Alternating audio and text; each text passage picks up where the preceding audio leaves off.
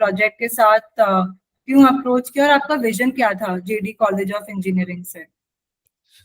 Basically JD college का vision जो था, मेरे पापा की विश थी कि हम लोग उन एजुकेशन सेक्टर में आए और सोसाइटी के लिए कुछ करें, पब्लिक के लिए कुछ करें, क्योंकि बिजनेस तो जितना एक्सपांड करे कम ही है। यानी फैक्ट्रीज पे फैक्ट्री डालते जाइए, ट्रेडिंग फर्म, जितना भी बिजनेस बढ़ा है कम ही है। यानी तो कुछ ना कुछ जो है, सोसाइटी अपने को जब कुछ दे रही है तो सोसाइटी को भी कुछ रिटर्न्स करना चाहिए। यानी तो वो विजन से हम लोगों ने जो है एजुकेशन सेक्टर के अंदर में हम लोगों ने आए, और हम लोगों ने जो है इंजीनियरिंग कॉलेज से फिर हम लोगों ने शुरुआत की, क्योंकि कुछ लोग मेरे साथ जुड़े हुए थे जो ऑलरेडी इंजीनियरिंग कॉलेज में थे। तो देन फिर हम लोगों ने जो है इंजीनियरिंग कॉलेज से शुरुआत की इसके अंदर में। Okay okay. और हबीब सर किस टाइप के ब्रीफ के साथ आए थे आपके पास क्लाइंट्स, और थोड़ा उसके बारे में प्लीज पहले संजय से पूछो तो क्यों मेरे पास में आए क्यों, मतलब। हाँ मैंने पूछा नहीं, तो उन्होंने उनका विजन उन्होंने बताया। नहीं ठीक है, मैं आगे कंटिन्यू करता हूँ, कोई इशू नहीं है। देखिए, जब हम लोगों ने ये प्रोजेक्ट हम लोगों ने नागपुर में लिया, और हम लोगों ने नागपुर के काफी सारे आर्किटेक्ट्स को हम लोगों ने अप्रोच किया, और उसमें से हबीब खान सर जो बिल्कुल टॉप में थे डे वन से, मतलब है। बट खान सर क्योंकि बहुत डिटेलिंग में जाते हैं, बहुत सारा मतलब उनका ये पैशन है बेसिकली। प्रोफेशन तो है ही है, पर उनका ये पैशन है, और वो हर चीज को बहुत माइन्यूटली करते हैं। यानी तो थोड़ा सा जो है ड्राइंगों में जो है वो ड्राइंग्स जो है वो थोड़ा सा टाइम लगता है, क्योंकि जब इतनी डिटेलिंग में जाएंगे तो नेचुरली थोड़ा टाइम लगेगा। यानी तो और ये प्रोजेक्ट था, ये टाइम बाउंड प्रोजेक्ट था कि हम लोग उनको जो कॉलेज जो उनकी जो टाइमिंग्स रहते हैं उसके हिसाब से हमारी जो कमिटीज विजिट करती है, तो उसके उसके उतने पीरियड के अंदर में हमारा जो कॉलेज है वो बन के तैयार हो जाना चाहिए। यानी तो हमारे साथ जो हमारी टीम थी वो थोड़ा सा वरीड थी कि भाई क्या अपने को ड्राइंग्स उतनी मिल पाएगी क्या, और इतना अपन जो शौक के साथ कॉलेज बनाना चाहते हैं तो इतना जल्दी ये प्रोजेक्ट कंप्लीट हो पाएगा क्या। यानी तो हम लोगों ने फिर इस चक्कर में हम लोगों ने कुछ नागपुर के और भी आर्किटेक्ट्स लोगों को जो है अप्रोच किया, और समहाउ हम लोगों को कोई भी सेटिस्फाई नहीं कर पाया। बेसिकली हम लोगों जो इस प्रोजेक्ट को लाना चाहते थे वो गुरुकुल कॉन्सेप्ट के अंदर में हम लोगों लाना चाहते थे, जहां पर हमको हाईटेक बिल्डिंग्स नहीं चाहिए थी। मतलब यानी जहां पे व्यक्ति को आकर अपनापन लगे, जहां पर ऐसा लगे कि ये मेरी जगह है, ये मेरा घर है, ये मेरा कॉलेज है, ये फीलिंग वहां पर आनी चाहिए। यानी तो उसी तरह का G+1 G+2 का मैक्सिमम कंस्ट्रक्शन होना चाहिए, जहां पर ये नहीं है कि बच्चे लोगों जो है वो लिफ्ट से जा रहे हैं और लिफ्ट से आ रहे हैं। सीढ़ीज होनी चाहिए, सीढ़ीज बहुत डेकोरेटिव होनी चाहिए, इधर उधर उतर सके, इधर उधर चढ़ सके। इस तरह का गार्डन्स, कहीं से भी एंट्री हो जाए, कहीं से भी एग्जिट हो जाए। और मतलब सर ने जिस तरह से उसको फिर डिजाइन किया, मतलब इन्हें एक्सीलेंट, मतलब बियॉन्ड इमेजिनेशन, यानी ब्यूटीफुल। आज 15 साल कॉलेज को हो चुके हैं, आज भी कोई भी व्यक्ति आता है तो वो कॉलेज को देखकर एंटर होते के साथ में ही वहां पर जो पॉजिटिव वाइब्स आती हैं उसको यानी वो देखकर पागल हो जाता है। यानी तो बेसिकली हर तरफ गार्डन्स हो, हर तरफ लैंडस्केप हो, हर क्लासरूम से सर ने जिस तरह से डिजाइन किया उसके अंदर में कोर्टयार्ड्स उन्होंने बहुत दिए हैं, तो हर कोर्टयार्ड के अंदर में ग्रीनरी हम लोगों ने काफी मेंटेन की हुई है वहां पर। और अप्रोक्सीमेटली एक अराउंड 15 एकड़ का कैंपस है आज की तारीख में, और उसके अंदर में 5 एकड़ में लैंडस्केप है। तो आप इमेजिन कर सकते हैं कि बच्चे, और वहां पर करीब करीब 100 to 150 बेंचेस हम लोगों ने जो है गार्डन्स में डाले हुए हैं, तो बच्चे लैंडस्केप जो है वो गार्डन जो है वो काफी अच्छे से एंजॉय करते हैं। तो हमारा पर्पस जो था, और सर जो है मैक्सिमम बैंगलोर्स और रिसोर्ट्स उन लोगों ने डिजाइन किए हुए थे सर ने। तो हमारी इच्छा थी कि सर ही हमारा कॉलेज बनाए, जिसमें हम लोगों को थोड़ा सा डिफिकल्टी थी शुरू डे वन में, बट हम लोगों ने फिर बहुत कॉन्फिडेंटली सर के साथ आगे बढ़े, और समय के साथ में प्रोजेक्ट कंप्लीट भी हुआ है। तो टाइम बाउंड मतलब कितने टाइम चला ये प्रोजेक्ट? ये करीब करीब हम लोगों ने 6 या 7 महीने के अंदर में हम लोगों ने 65,000 स्क्वायर फीट कंस्ट्रक्शन जो है हम लोगों ने कंप्लीट किया उसके अंदर में। First stage. Oh wow, I think इसके लिए अवार्ड्स भी मिले हैं काफी सारे, मैंने थोड़े। बिल्कुल बिल्कुल बिल्कुल बिल्कुल। We got this award that King Charles has an organization which is INPAAU, which is an international organization for promotion of traditional architecture. तो उसमें 2018 में गॉट द न्यू कैटेगरी में building of the year award for promotion of traditional construction techniques and architecture at a large scale. Okay, okay. So I think Habib sir, like we have understood कि क्या brief था, like sir का क्या vision था, Sanjay sir का क्या vision था, but exactly किस टाइप के ब्रीफ के साथ वो आपके पास आए और आप कौन सी स्टेज से इन्वॉल्व हुए और कैसे आपका इन्वॉल्वमेंट हुआ, आप उसके बारे में थोड़ा सा बता सकते हैं. एक्चुअली सर की एल्डर सिस्टर जो है, इनके ब्रदर इन लॉ, वो मेरे क्लाइंट्स रहे हैं बहुत सालों से, मतलब बहुत सालों से जानता हूँ उनको मैं, उनका अपार्टमेंट घर वर भी किया है मैंने. तो मेरे ख्याल से संजय सर थोड़ा इम्प्रेस थे वो उनके सिस्टर के घर से, और उनको वही स्टाइल पसंद थी एंड वही टेक्निक उनको, मतलब जो आउटकम था घर का वो पसंद था उनको वो. एंड मेरे को इनके ब्रदर इन लॉ जो है डॉक्टर खेमका, उन्होंने कहा था कि माई ये है को ब्रदर है, वो इंजीनियरिंग कॉलेज बना रहे हैं. मेरे ख्याल से 1 साल पहले की बात है वो. मैंने यार, हम इंजीनियरिंग कॉलेज वगैरह बनाते नहीं, लोगों का कोई विजन होता नहीं, वो टिपिकल कॉरिडोर और टिपिकल क्लासरूम्स होते हैं दोनों साइड में, single loaded double loaded corridors usually. वो इंटरेस्ट नहीं है मेरे को, because we were doing lot of resorts at that time and lot of high end bungalows and other projects at that time. तो ऐसे मुझे इंटरेस्ट नहीं है यार उसमें. तो कह रहे नहीं यार वो अच्छा है प्रोजेक्ट, आप करो, पहली बार आ रहे हैं एजुकेशन फील्ड में. तो आज नहीं यार, नहीं नहीं जमेगा मेरे से. और वो टाइम बाउंड था, 3-4-5 महीने का कुछ, मतलब ऐसा था कि बहुत कम डेडलाइन थी, शॉर्ट डेडलाइन थी. और वैसे भी I am known to delay projects and work at my own speed irrespective of clients requirements. तो ये फालतू में रिलेशन खराब हो जाएंगे, तो आई सेड नहीं यार, नहीं होगा. और उसके आई डोंट नो, देन कुछ बात हुई नहीं. देन 1 साल के बाद में आई थिंक संजय सर आए ऑफिस में. मेरे ख्याल से आप कोई आर्किटेक्ट ऑलरेडी ड्राइंग लेके आए थे शायद, उन्होंने ऑलरेडी फाइनलाइज कर दिया था, वर्किंग ड्राइंग्स तक रेडी थी. अब वो नाम नहीं लेता हूँ मैं, बट वो हमारे लोकल आर्किटेक्ट थे, उनको उन्होंने फाइनल कर लिया था. एंड ही सेड कि मुझे ये पसंद नहीं आया यार, इसको कुछ डिफरेंट बनाना है, समथिंग डिफरेंट. तो आई सेड कि now he is talking now, मतलब अभी कुछ कर सकते हैं अगर डिफरेंट बनाना है तो सर का ये कहना था कि यूएसपी ये है, कोई भी क्या होता है, any engineering college, that was our first campus that we did. After that we did lot of campuses and lot of institutions. तो we said the USP of the college has to be the architecture. पहले अभी fledgling college है, पहला साल है college का, तो college में बच्चे आएंगे क्यों? Why will a student choose a particular college which is a very new college, which does not even have any pedigree or no any background or history?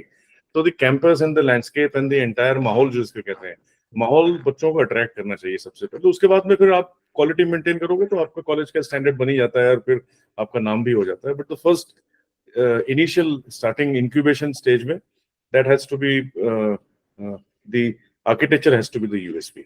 So हमने, क्योंकि हम रिजॉर्ट करते थे, तो हमने चलो रिजॉर्ट में एक्सपर्टीज थी तो रिजॉर्ट ही बना देते हैं बड़ी स्केल पे, है ना. क्या एक classroom would be a room of a resort kind of thing, ऐसा माहौल करते हैं. So that's how we started. But then I was shocked to know this was in the month of September, I think. तो and he said कि मार्च में inspection होने वाला है AICTE का. तो आई सेड यार ये तो बहुत ही डिफिकल्ट काम है, हम ही 3 महीना ले लेते हैं डिजाइन करने के लिए, मतलब अभी तो सर का एक और प्रोजेक्ट चल रहा है, अभी 2 साल से डिजाइन ही कर रहे हैं. तो उसमें कैसे करेंगे, मतलब how do we go about it. तो इसे नहीं करना तो है और आप ही से करना है. तो आई सेड हाँ करना तो हम नहीं है, तो फिर अब कैसे करेंगे. तो फिर देन वी स्टार्टेड प्लानिंग. तो basically I was tied up at that time. तो जो बेसिक प्लानिंग हुई, स्पेशल प्लानिंग हुई उसकी, वो स्मिता मैडम ने की पूरी उसकी, जो 2 डायमेंशनल प्लानिंग होती है.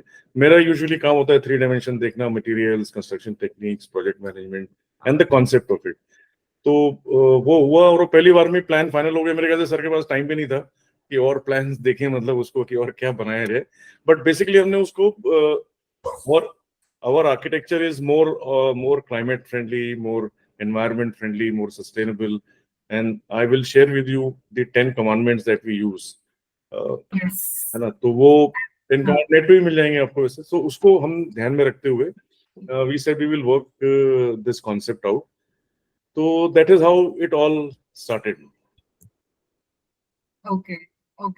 एंड सतीश सर, जैसे आपसे पूछना चाहूंगी कि जब ये प्रोजेक्ट, मतलब काफी चैलेंजिंग प्रोजेक्ट रहा होगा ये, तो उसमें आपका मतलब कैसे आपने, लाइक उसकी जो सिविल इंजीनियरिंग रिक्वायरमेंट्स होंगे इस प्रोजेक्ट के, क्योंकि एक डिफरेंट टाइपोलॉजी थी, तो how did it differ from the other projects that you have done, और आपने कोप कैसे किया? frankly speaking, Habib sir का every project is a challenging project. आप पहले से काम कर रहे हैं हबीब सर के साथ? Working almost 22 years. 28 years. तो उनका हर प्रोजेक्ट एक डिफिकल्ट रहता है, वो चैलेंज ही रहता। whenever we whenever we start a project in our first meeting, वो जब मेरे को बताते हैं तो मैं सर पे हाथ लगा के बैठ जाता हूँ कि ये क्या कर रहे हैं करके। तो every project is very difficult but it's challenging also. और हमने दोनों ने मिलके काफी सारे डिफिकल्ट प्रोजेक्ट्स किए। जब पर ये जो प्रोजेक्ट था, ये थोड़ा प्रोजेक्ट इस टाइप के हमने ये तो किए थे रिसोर्ट्स, पर रिसोर्ट्स में भी उतना बिग स्पैन के स्ट्रक्चर नहीं थे कि जो इसमें थे। और इनिशियली इन्होंने बोला कि अपन we are not going to use RCC beams, we are going to use steel girders in place of RCC beams. तो उस टाइप का स्ट्रक्चर मैंने छोटे छोटे बंगलों में तो किया था, यानी कुछ पुराने बंगले थे उनको रिनोवेशन करते समय उस टाइप का स्ट्रक्चर, उस टाइप का डिजाइन किया था। But for this engineering college and where the classroom sizes are big and spans are big, so I was little bit worried कि how it will be done, how इसको कैसे करें, क्या करेंगे, because the combination of steel and RCC, there are it's not a routine thing, and a lot of detailing has to be worked out before starting the project. तो एक एक करते करते हम सॉर्ट आउट करते गए। एंड जब design हुआ, डिजाइन होने के बाद जब ड्राइंग्स भी बने, ड्राइंग्स में डिटेलिंग काफी हुई थी। हबीब सर के हर एक प्रोजेक्ट में डिटेलिंग काफी ज्यादा रहती, तो उसमें डिटेलिंग भी काफी की। फिर बाद में कंस्ट्रक्शन में काफी सारे प्रॉब्लम्स आए, तो हमारी तो महीने में एक आध दो बार तो विजिट हो ही जाती थी, और as and when required we used to go together to the site, और एक एक प्रॉब्लम सॉर्ट आउट करते करते पूरा कंस्ट्रक्शन किए। इसका सबसे मेन एडवांटेज ये था कि शटरिंग जो लगाते हैं अपन स्लैब और बीम्स के लिए, रूफ स्लैब के लिए वगैरह, वो इसमें अवॉइड हुआ था। तो उससे कंस्ट्रक्शन काफी फास्ट हुआ, क्योंकि the moment you put girders and then rafters and then floor above that room is ready for finishing. तो उससे हमारा काफी टाइम सेव हुआ, और उसमें कंस्ट्रक्शन भी काफी स्पीड से हुआ, and we could achieve that 65,000 square feet of construction in just 6 to 7 months. Actually, the whole concept, of the project is that I was always against concrete, using concrete as little as possible, because concrete absorbs heat from the sun during the day and keeps radiating it back into the environment for about 8 hours after the sun has gone down. So basically, I'm not very great fan of concrete. So यहाँ पे एक opportunity थी, और एक मजबूरी थी, हमारी भी थी, संजय सर की भी मजबूरी थी समय की। तो 65,000 स्क्वायर फीट का अगर काम अपने को कंप्लीट करना है 6 months में, so which means that the centering or the shuttering that is needed for slab and the concreting to be done, तो उसको मतलब आपको दो टर्नओवर्स में कंप्लीट करना पड़ेगा। तो 35,000 स्क्वायर फीट की सेंटरिंग कोई कॉन्ट्रैक्टर के पास में उसमें थी नहीं। So and then I said this is a very good opportunity जहां पे हम अपना एक्सपेरिमेंट कर सकते हैं, और संजय सर ने बहुत बड़ी रिस्क ली है। मतलब I am very thankful to him. अपने पैसे लग रहे थे उनके, अच्छे खासे पैसे लग रहे थे उसमें, कि हमने दिया एमएस के गर्डर्स, स्टील के गर्डर्स, उसके ऊपर में लोकल सैंडस्टोन है, कटनी स्टोन, और उसके ऊपर में नॉमिनल रीइंफोर्समेंट का पीसीसी फ्लोरिंग या स्लैब आप बोल लीजिए उसको, वो है। तो इसमें क्या होता है कि आपको 30 डेज वेट नहीं करना पड़ता, 20 डेज 30 डेज वेट नहीं करना पड़ता डी शटरिंग करने के लिए। So the moment girder and stone रख लो, ऊपर में आपकी कंक्रीटिंग होती रहेगी अगर होना है तो, एंड नीचे से आप रूम फिनिश कर सकते हो, plaster, furniture, everything. So this was the only technique in which it was possible to finish the first phase and get the AICTE approval. So ये एक तरह से सिम्बियोटिक रिलेशनशिप थी, जहां पे हमारा कॉन्सेप्ट भी फुलफिल हो रहा था, और सतीश सर का चैलेंज भी था कि ये चैलेंज हम पहले कंपोजिट कंस्ट्रक्शन कहते हैं, और उस टाइम पे अभी सतीश सर मेरे ख्याल से अभी आईएस कोड आया है कंपोजिट कंस्ट्रक्शन का, उस टाइम पे आईएस कोड नहीं था कंपोजिट कंस्ट्रक्शन का। तो मुझे ऐसा याद भी है, शायद संजय सर ने बताया था कि यार वो एआईसीटी वाले इंस्पेक्शन में आए थे, कह रहे इसमें कंक्रीट नहीं है, इसमें बीम नहीं है, कॉलम नहीं है, तो building is unsafe for habitation, ऐसा भी कुछ बात हुई थी। फिर हमने उनको कन्विंस किया था, ऐसा कुछ समथिंग हैड हैपेंड। सो वो उस टाइम पे वो डेवलप नहीं हुआ था, but now it has developed. So that was the concept. So अगर आप देखेंगे जिस तरह से the whole construction has happened, the load bearing walls हैं, स्टोन की वॉल्स हैं, थिकर वॉल्स हैं जैसे पुरानी होती थी। तो कॉन्टेम्प्रेरी वर्नाक्युलर जो हमने कॉइन किया था 2007 में ये word which is basically regionalism, tropical modernism, और जो भी बोल लीजिए उसको, पर contemporary vernacular learns from the idea of the traditional wisdom that existed in our societies and architecture and construction techniques. So using the same construction techniques, not reinventing the wheel again, and going a step higher is the idea of contemporary vernacular. तो ये Satish sir ने बहुत ज्यादा मतलब इस पे उन्होंने भी रिस्क उठाया अपने करियर का, मतलब एज अ स्ट्रक्चरल इंजीनियर, क्योंकि उसमें कोई ऐसे ना उसमें स्टैड में कैलकुलेशन होते थे, ना कुछ होता था, no software was to be used, but we said नहीं यार, ये ट्रेडिशन हमारे जो बिल्डर्स करते थे, पुराने पूर्वज हमारे जो फोरफादर्स थे, they used to do like this, so why not do. The only thing is कि the library had a 30 metre span, I think, where वो गटर पे it is, so that was the only thing कि earlier time में 30 metre का 10 metre का span नहीं होता था, हमारे यहाँ एक largest span was 30 metres. So that was the difference की द चैलेंज जो सतीश बता रहे हैं कि जो चैलेंज था, so that was the challenge that we all faced. But without these two supports, मतलब जैसे we are working with Satish since 28 years, I think 28 years now, and like he's saying, every project is a challenge, but that challenge is possible only because structural engineer हमारा cooperative है, risk taking है और daring है. उनके पूरे बाल निकल गए और मेरे भी अभी निकल ही रहे हैं, मतलब इस चक्कर में, डिटेलिंग के चक्कर में और रिस्क लेते लेते. But without Sanjay sir's cooperation and his vision, as we, मतलब सतीश भी बताएंगे, मतलब स्मिता भी होती तो बताती कि as we went ahead in the project, we got involved in the whole project, and my drawback is कि we get involved in the project too much, you know, without looking at the finances. So like Sanjay sir says कि I am not a businessman, I only work for passion, so that ऐसी structure और ये बनने के लिए एक तो पहले सबसे पहले विजन चाहिए, जो ओनर है उनका विल चाहिए. Unless they are willing to do something different, this such type of structure cannot happen. And he was very open, and then he got involved in the project so much so that मैं तो कहता हूँ आप तो आधे architect नहीं पूरे architect हो गए अभी, मतलब वो तो खाली मेरे लिए टेक्निकल ड्राइंग के लिए आते हैं हमारे पास, वरना वो तो सब पूरा मतलब खुद ही करते हैं, because he is so passionately involved right from, you know, selection of a chair, color scheme, या डोर पे क्या जाएगा, कौन सा नॉब लगेगा, कौन सा हैंडल लगेगा, you know, all that he is involved in the whole process. So इसको कुछ architects like they take it as a interference, too much of interference by the client, but I say कि it's a involvement of the client where this mutual symbiotic relationship actually enhances the project, and the user होता है, end user होता है, जो client होता है, उसको that client also feels कि this is my baby that I have, you know, given birth to. So वो बड़ा important process है सबका involvement का. ओके, तो इसमें जैसे कौन से स्पेशल प्लानिंग और मटेरियल, उसमें कौन से, ऑफ कोर्स कंक्रीट स्ट्रक्चर के अलावा कौन से की डिसीजंस लिए गए थे और उसमें कैसा कोलैबोरेटिव एक्सचेंज हुआ, थोड़ा उसके बारे में बता सकते हैं?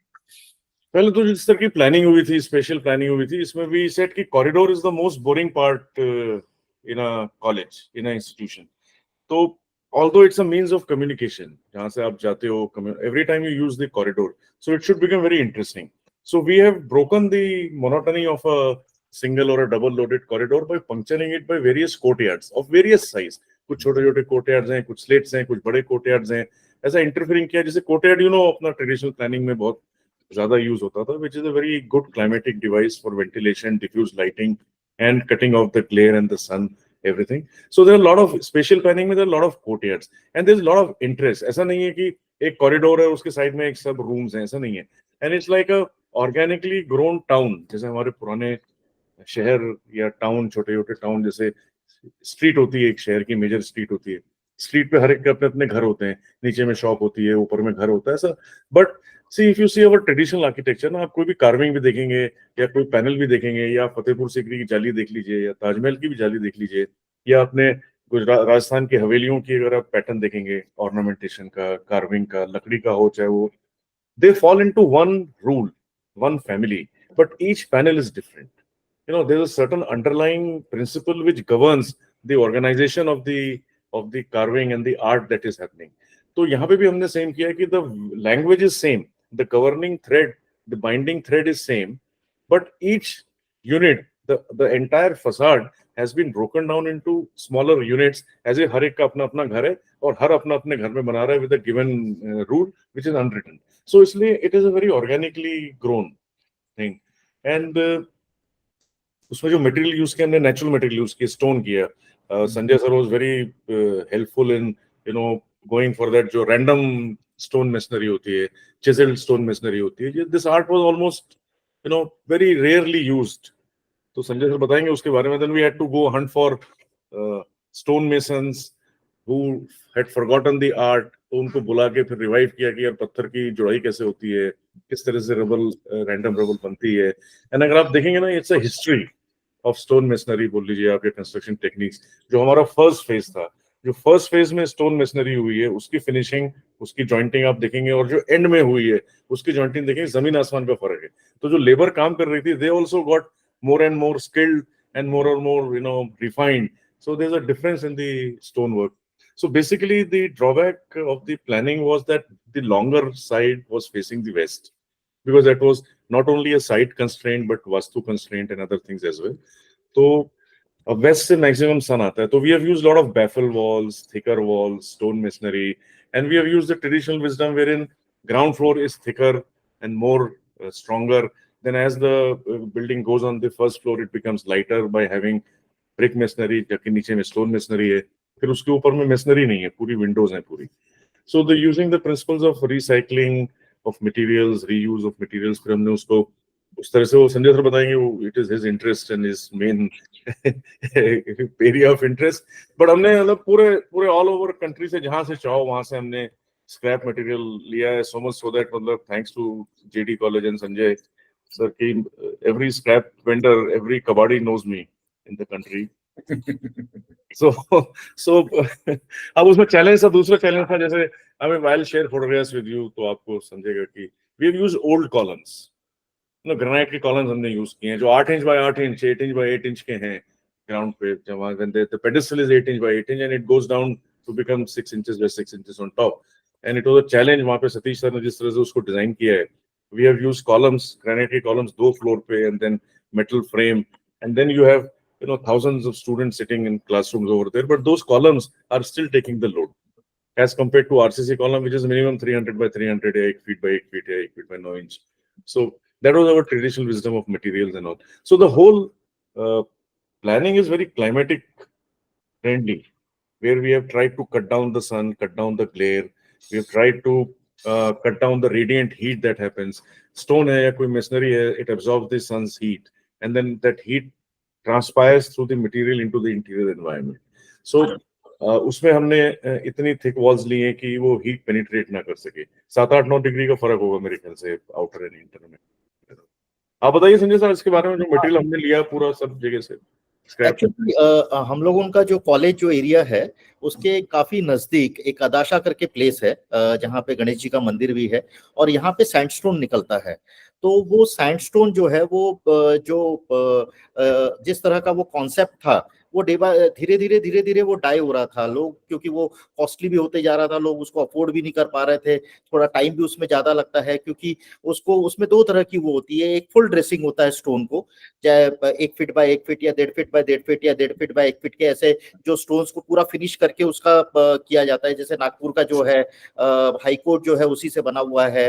नागपुर का जो RBI जो ये है वो भी उसी से बना हुआ है. काफी सारे नागपुर के गवर्नमेंट बिल्डिंग्स जो हैं जो इंग्लिश समय के बने हुए हैं, वो सारे करीब करीब उसी स्टोन से बने हुए हैं, और उनमें काफी टाइम लगता है. और उसमें एक और जुड़ाई होती है जिसको अंगूरी जुड़ाई कहते हैं, यानी एक स्टोन की एज से दूसरे स्टोन की एज को मिलाकर उसको बनाया जाता है. यानी तो ये 2 कॉन्सेप्ट थे उसके अंदर में. तो जितने भी वहां पर हम लोगों ने स्टोन्स यूज किया है, जैसे सर ने बताया कि साउथ और वेस्ट की जो वॉल्स है मैक्सिमम हम लोगों ने उसकी यूज की है. यानी और उसके अंदर में 1.5 2 फीट की वॉल्स हम लोगों ने वहां पर बनाई है, जिससे हीट जो है वो अंदर ट्रांसफर ना हो, मतलब है. और सीलिंग में भी हम लोगों ने जैसे स्लैब लिया, ये जो आई सेक्शंस और सी सेक्शंस हम लोगों ने लिए हैं, और उसके ऊपर में स्टोन स्लैब हम लोगों ने स्टोन डाला है, और यानी स्टोन का स्लैब यूज किया है, और उसके ऊपर में फिर RCC किया है. तो वो स्टोन को यूज करने की वजह से जो हीट जो है वो रिफ्लेक्ट होती है, वो अंदर ट्रांसफर नहीं होती है. उसकी वजह से कम बिल्डिंग में एंटर होते के साथ में 7 से 8 डिग्री का जो टेम्परेचर का फर्क पड़ता है. और सबसे इंपॉर्टेंट है टेम्परेचर का जो फर्क पड़ता है वो फर्क पड़ता है, बट समर में भी कॉरिडोर जाओगे ना तो आपको कूल फीलिंग आती है वहां पर. आपको हीट जो है, हीट है, वेदर नेचुरली 48 डिग्री 45 डिग्री अगर टेम्परेचर चल रहा है तो हीट तो रहेगी यानी। बट जैसे ही आप आउटसाइड से इनसाइड के अंदर में, बिल्डिंग के अंदर में जब एंटर करते हैं तो एक अलग ही फीलिंग आती है, कूल फीलिंग आती है आपको यानी। वो ओनली बिकॉज ऑफ स्टोन्स, मतलब यानी जिस तरह से सर ने उसको यूज किया है और जिस तरह से वहां पर हम लोगों ने इसको ये किया है। और ये जो जुड़ाई है, इसके जो लोग थे, ये जो हमारे जहाँ कॉलेज है हमारा, खंडाला करके जो प्लेस है, वहां पर ये जो लोग थे, जो इसके कारीगर थे, वो धीरे धीरे जो है ना, ये टेक्नोलॉजी भी जो है वो धीरे धीरे खत्म होती जा रही थी, क्योंकि लोग अफोर्ड नहीं कर रहे थे, लोगों को इकोनॉमिक कंस्ट्रक्शन चाहिए है, कंक्रीट बिल्डिंग्स चाहिए है, फास्ट होता है, और इसके अंदर में पैसा भी जैसे लगता है, लोगों की ऐसी सोच बन गई थी यानी। बट हम लोगों ने उसको फिर से, वो जो लेबर को फिर से हम लोगों ने अरेंज किया, फिर हम लोगों ने उसके ऊपर में काम स्टार्ट किया, और फिर उन्हीं में से हम लोगों ने धीरे धीरे उन लोगों को पेटी कॉन्ट्रैक्टर्स बना के हम लोगों ने ये पूरा बिल्डिंग यानी कंप्लीट किया है। और लेटर ऑन जो हम लोगों के यहाँ काम हुआ है, वो अगर आप काम कभी कॉलेज आएंगे या share photograph, sir photograph share करेंगे आपको, आप देखोगे एक्सीलेंट वर्क, मतलब यानी तो इतना ब्यूटीफुल लगता है और नेचुरल नेचुरल है। तो हम लोगों का बेसिकली कॉन्सेप्ट ये था कि हम लोगों को ग्रीन बिल्डिंग के अंदर में जाना था यानी, जहां पर हम लोगों ने जो है ये स्टोन्स यूज किया है, कंक्रीट जैसे सर ने कहा कि एब्सोल्यूट मिनिमम यूज किया है, स्टील स्ट्रक्चर्स हम लोगों ने वहां पर यूज किए हैं। फिर हम लोग उनका इसके अंदर में, जैसे अब विंडोज वगैरह का था तो हमको प्लास्टिक में नहीं जाना था बिल्कुल भी यानी। तो फिर अब ये था कि भाई अगर वुडन विंडोज यूज करनी है तो फिर बहुत कॉस्टली हो जाएगा प्रोजेक्ट यानी। तो फिर सर ने उसके अंदर में फिर हम लोगों को जो है वो ऑप्शंस दिया कि भाई जैसे जितनी भी ये पुरानी विंडोज निकलती है, इसके बड़े बड़े जो स्टॉकिस्ट हैं, वो लोगों से फिर सर ने हमको इंट्रोड्यूस कराया, और फिर हम लोगों ने उनसे विंडोज को लेकर, फिर उसके अंदर में हम लोगों ने उसके अंदर में कारपेंटर्स को लगा के उसको क्लीनिंग करा के, फिर हम लोगों ने जो है उसको वहां पर यूज किया। और बहुत खास बात मैं आपको बताऊंगा कि ये विंडोज जब हमारे यहाँ पर यूज हुई, और जब एआईसीटी की जो टीम आई थी, कमिटी आई थी नागपुर के अंदर में, तो वो विंडोज के ऊपर में जो हम लोगों ने काम किया, सर ने जो सपोर्ट किया, हम लोगों ने भी जो उसके ऊपर में वर्किंग की, तो एआईसीटी की कमिटी ने हमारी ये विंडोज को बहुत अप्रिशिएट किया यानी। और वही सेम टाइप की विंडोज जो है एक दूसरे भी कॉलेज के अंदर में यूज हुई थी, पर वहां पर उसके लिए ऑब्जेक्शन आया, मतलब यानी क्योंकि उसके ऊपर में जितना काम होना चाहिए था, या जितनी मेहनत होनी चाहिए थी, या जो भी डिटेलिंग उसके ऊपर में होनी चाहिए थी, वो हो नहीं पाई यानी। और हम लोगों ने उसके ऊपर में काफी मेहनत करके, और उसके अंदर में हम लोगों ने जिस तरह से उसको यूज किया, तो उसके यानी कमिटी ने हम लोगों को बहुत अप्रिशिएट किया, और वो हमारे कंस्ट्रक्शन के साथ में बहुत अच्छे से जा रही थी यानी। तो हम लोगों ने जो है इसके अंदर में बहुत पुरानी विंडोज यूज की है, मतलब यहाँ हजारों में पुरानी विंडोज यूज की हैं इसके अंदर में हम लोगों ने। Everything recycled है, everything recycled, refurbished. In fact, most of the furniture is also recycled and refurbished. ये विंडोज के साथ जो बात करें, दूसरा प्रोजेक्ट जहाँ पे उसको रिजेक्ट कर दिया था, वो भी मेरा ही प्रोजेक्ट था, पर क्योंकि क्लाइंट का इंटरवेंशन नहीं था वहां पे, वो जैसी विंडो आई वैसी लग गई, उन्होंने खर्चा भी नहीं किया उसको रिफर्बिश करने के लिए। बट ये क्लाइंट का जो इम्पोर्टेंस है ना, जो इन्वॉल्वमेंट होता है क्लाइंट का, या जो क्लाइंट का जो एसोसिएशन होता है प्रोजेक्ट के साथ में, that matters, because the same Windows वहां पे भी हैं वो अदर कॉलेज में, बट यहाँ पे जिस तरह का इन्वॉल्वमेंट संजय सर ने किया, उसके ऊपर में टाइम स्पेंड किया, पैसा तो लगा ही लगा, पर जिस तरह से उन्होंने टाइम स्पेंड किया, but it has become a very fine example of sustainable, recyclable and reusable architecture. उसमें विंडोज के अलावा बहुत सी चीजें हैं, ऐसा नहीं है कि सिर्फ विंडोज है, फर्नीचर भी है, मेरे ख्याल से पूरा का पूरा कंप्यूटर रूम पुराने फर्नीचर में बना हुआ है। हाँ। सर का केबिन खुद दोनों 3-4 केबिन हैं, सारे एडमिनिस्ट्रेटिव केबिन्स, देयर आल्सो और recycled refurbished furniture. In fact committee के अंदर में एक मेंबर्स आए हुए थे जो मतलब जैसे उन्होंने देखा तो उसके अंदर में जो अलमीरा हम लोगों ने यूज की हुई है वो भी सारी पुरानी अलमीराज है यानी। तो वो अपने ऑफिस में से वो अलमीरा को जो है वो निकाल के डिस्कार्ड कर रहे थे यानी, और उन्होंने देखा कि हम लोगों ने कितने अच्छे से उसको यूज किया है और कितने अच्छे से वो यानी कितना सुंदर दिख रही है वो वहां पर यानी। तो उन्होंने कहा कि भाई देखो हम लोगों ने ये चीज को फेंक रहे हैं, उसकी हमको वैल्यू नहीं है, और ये लोगों ने उसको जिस तरह से उसको यूज किया है यानी, और जिस तरह से यूज कर रहे हैं, तो ये कितना मतलब पुरानी चीजों को जो है हमने ओशीवारा जाके उसको काफी यानी ट्रकों से हम लोगों ने जो है पुराना मटेरियल जो है सर के सजेशन से और सर के इन्वॉल्वमेंट से हम लोगों ने लेकर आया वहां से यानी, और उसको यूज किया है, और वो आज भी यूज हो रही है। 15 साल ऑलरेडी हो चुके हैं। पूरी लाइब्रेरी मेरे ख्याल से वो ये सेम कबर्ड्स है। हाँ हाँ। तो इस तरह से हम लोगों ने बहुत सारा यानी मटेरियल जो है, जैसे विंडोज हो गई है, फिर जैसे हम लोगों ने चेट्टीनार बेंगलोस जो है यहाँ पर साउथ के अंदर में, वो जो डिमोलिश हो रहे हैं, वहां पर जो कॉलम्स निकल रहे हैं, ब्रैकेट्स निकल रहे हैं, वहां पर जो ग्रिल्स निकल रही है, तो वो मटेरियल हम लोगों ने यहाँ पर लाकर सर ने जो है उसके अंदर में उसको बिल्डिंग्स के अंदर में, क्योंकि जैसे इंडिया है तो इतने सारे कल्चर्स है यहाँ पर, इतनी सारी स्टेट्स हैं, उनकी अलग अलग वो है, तो हम लोगों ने बहुत कुछ इनकॉर्पोरेट करने की उसको कोशिश की है यानी यहाँ पर। Which means lot of pain for us because इतनी ड्राइंग बनी थी वो सब बेकार हो गई, कोई काम में नहीं आई।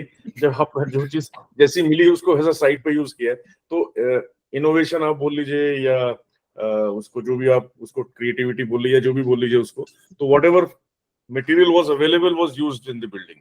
सो एलिवेशन वगैरह सब तो थे, ड्राइंग सेक्शन तो सब साइड में ही रह गए, खाली सेक्शन सतीश सर के ही काम में आए, स्ट्रक्चरल सेक्शन जो थे वही काम में है, बाकी हमारे सेक्शन कोई काम में नहीं आए, because the whole thing was very organically developed in over a period of time.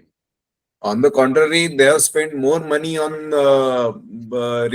refurnishing of these all doors and windows. अगर वो नए लगाते तो ज्यादा सस्ते में होते थे, पर इसको पूरा दूर से लेके आना, उसको पूरा रिपेयर करना, रिफर्निश करना, पॉलिशिंग करना, that took a lot of time. But वही मैं बोला कि ओनर की विल रहा तो everything is possible. Plus responsibility ना, sense of responsibility towards our environment, you know, of recycling, reuse, refurbishing, तो उसके लिए वो भी समटाइम्स यू हैव टू पे a little more for a cost. शायद वुडन कॉलम्स भी यूज किए हैं, तो wooden column, stone column use किए हैं। तो मेरे लिए वो सबसे बड़ा चैलेंज था कि उसका अपना कनेक्शंस कैसे करना बिल्डिंग के साथ, क्योंकि कुछ पार्ट आरसीसी था, कुछ पार्ट ब्रिकवर्क था, कुछ पार्ट स्टोन मेसनरी था। तो स्टोन मेसनरी से भी स्टील कॉलम निकाले हमने, उसमें वाई शेप के कॉलम, ट्री शेप के कॉलम निकाले, उसके ऊपर ट्रसेस रेस्ट है। Every roof truss is of different shape. You will not find a same truss is being repeated everywhere. हर एक क्लासरूम के ऊपर अलग अलग शेप के, अलग अलग साइज के ट्रसेस है। डिजाइनिंग दोज वो वाज अ चैलेंज, और उसमें नॉर्थ लाइट ट्रसेस भी थे, काफी सारी हाइट थी, और सब हमने कवेलू यूज की है पूरा उधर। हाँ, वो भी रिसाइकल्ड है कवेलू, वो भी पूरा रिसाइकल्ड है। पुरानी एक मिल यहाँ पे डिसमेंटल हुई थी, तो उसके पूरे कवेलू वहां से खरीद के लाके इधर लाया। वो वैसे कवेलू मिलते भी नहीं आजकल। हाँ, देयर दैट वो फायर ब्रिक वाले जो फायर क्ले होता है ना, जो ओवेंस को, जो फर्नेसेस को जो इंसुलेशन करने के लिए जो मटेरियल होता है फायर, उससे पहले कवेलू बनती थी, fire clay. So that used to be thermally insulating. अभी आजकल जो कवेलू मिलती है, अपनी मैंगलोर टाइल्स मिलती है, दे आर फ्रॉम टेराकोटा, पर वो पहले फायर क्ले की बनती थी, which is expensive. So about 5 lakh कवेलू हमने लिए, if I am not wrong. Actually Nagpur में मॉडल मिल करके जो है वो डिमोलिश हुई थी, और उन्होंने पहले एक कविलू का 4 रुपए प्राइस रखा था, मतलब इन्हें। और जब हम लोगों ने उसको वहां से लिया तो हम लोगों ने एक साथ 5 लाख कविलू कुछ उसमें उठाए थे, क्योंकि हमको मालूम था कि जिस दिन खान सर उसको प्लेस कर देंगे, उस दिन उसकी वैल्यू 5 रुपए की 50 रुपए हो जाएगी। अभी 75 रुपए में लिया सर, एक प्रोजेक्ट के लिए छोटा सा पोर्च बनाया मेघे जी के यहाँ पे। तो हम लोगों ने उसको एक मशीन, जर्मन मशीन हम लोगों ने अरेंज किया, और हम लोगों ने कोई केमिकल अप्लाई नहीं किया उसके ऊपर में, वाटर से क्लीन किया है, जेट स्प्रे जस्ट उसको अप्लाई किया है, क्योंकि उसके अंदर में जैसे कहीं पे लीकेज आ जाते थे तो वो लोग उसके ऊपर में डामर यूज कर लेते थे, यानी कि लीकेज को रोकने के लिए पुराने समय के अंदर में। तो वो डामर को क्योंकि निकालना था उसके अंदर में से, तो हम लोगों ने वाटर से ही, जेट स्प्रे से ही उसको क्लीन किया है उसके अंदर में, कहीं कोई केमिकल यूज नहीं किया। और अगर आप उसको देखोगे, और वो 100 ईयर्स उसको ऑलरेडी कंप्लीट हो चुके थे उस मिल को, मतलब यानी, तो 100 ईयर्स कंप्लीट होने के बाद में भी वो कबीलू एज इट इज थी, उसमें कहीं कोई 1 पैसे का भी, 1% का भी उसके अंदर में यानी कहीं कोई डिटोरिएशन नहीं आया था, यानी आप इमेजिन कर सकते हैं। अभी भी नहीं आया है। इनफैक्ट 1825 में बनी थी model mills. 1825, that was the first Tata mill in the country. Tata mill in the country, first Tata mill in the country 1825 में बनी थी। अभी 2024 हो गया, तो कितने साल हो गए? 200 साल हो गए almost, since the Inception. Demolish हो गए तो चलो उसको बाद में डिमोलिश हुई, बट वो टाइल अभी आप देखो, मतलब ऑलमोस्ट 180-200 ईयर ओल्ड टाइल है, मतलब स्टिल वर्किंग वेरी वेल। और जनरली ये देखा जाता है कि जैसी रूफ ट्रसेस है तो it will give a look of industrial shed, but यहाँ पे ऐसा है ही नहीं कि आप कोई भी स्ट्रक्चर, रूफ स्ट्रक्चर देखोगे तो इट्स एंटायरली डिफरेंट, और इट लुक्स वेरी नाइस, क्योंकि एवरी शेप अलग है। It's not a typical queen post और queen post kind of trusses, every truss is different. और उससे लुक में एक बहुत ही ब्यूटी ऐड हुई उसमें पूरे बिल्डिंग में। और आप यहीं से लकड़ी का कॉलम आप यूज कर रहे हो ना, an old column, you don't know what is inside. Even if you do sonography of it, you don't know what is the composition and how badly the wood has decayed. और stone तो खैर decay नहीं होता है, but stone का column, how do you analyze that structurally, है ना, उस पे कौन सा लोड आ रहा है, वो कब फेल होगा, कब बकल होगा, कब क्रैक होगा, ये चैलेंज था, मतलब इंजीनियरिंग चैलेंज जो सतीश को मिला।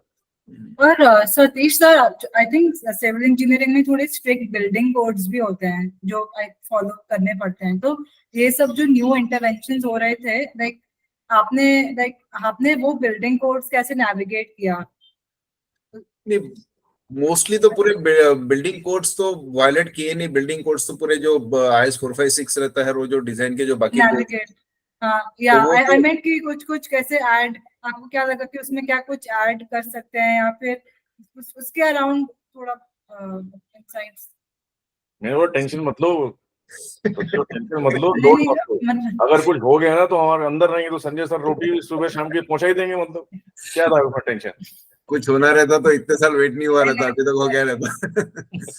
नहीं, उसमें IS कोड तो ये नहीं, इट्स अ कंपोजिट स्ट्रक्चर, तो इसके लिए उस टाइम तो इतना कोई डिटेल IS कोड अवेलेबल नहीं था। तो जो भी अपना प्रैक्टिकल एक्सपीरियंस है, और मोर और क्या बोलते, मैं हमेशा बोलता हूँ कि कॉमन सेंस जो रहता है आदमी में, कॉमन सेंस यूज करके हमने बहुत सारे जगह डिटेलिंग उस टाइप से की है कि उसमें स्ट्रक्चरल स्टेबिलिटी हैम्पर ना हो।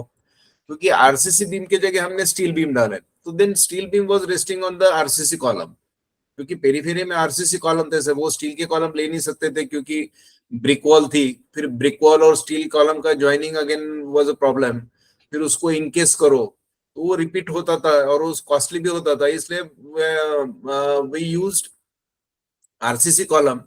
बट जब RCC कॉलम पे स्टील बीम रेस्ट होता है तो उसमें रेनफोर्समेंट डिटेलिंग का एक इशू था बहुत, क्योंकि कॉलम का रेनफोर्समेंट और उसमें से स्टील गर्डर पास हो रहा है, तो that was little bit tricky. तो उसके लिए हमने जो रेनफोर्समेंट अरेंजमेंट थी, of course by satisfying all the requirements of IS code, वो उस स्टेप से हमने करते गए। और डिजाइनिंग प्रिंसिपल तो सेम ही रहते, वेदर यू यूज RCC और use steel, the bending moment calculation, shear force, everything remains the same, except the beam property changes, material property changes. Instead of RCC, we have used steel.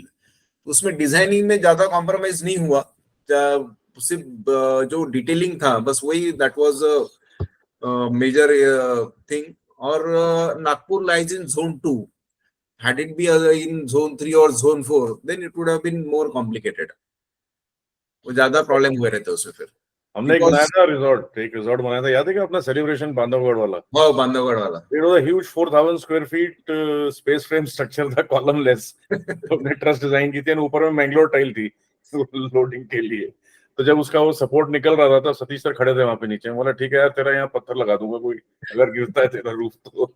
It was a big challenge. I mean, yeah, actually that was again a very unique canopy, और उसमें reception area पूरा resort का था उसमें।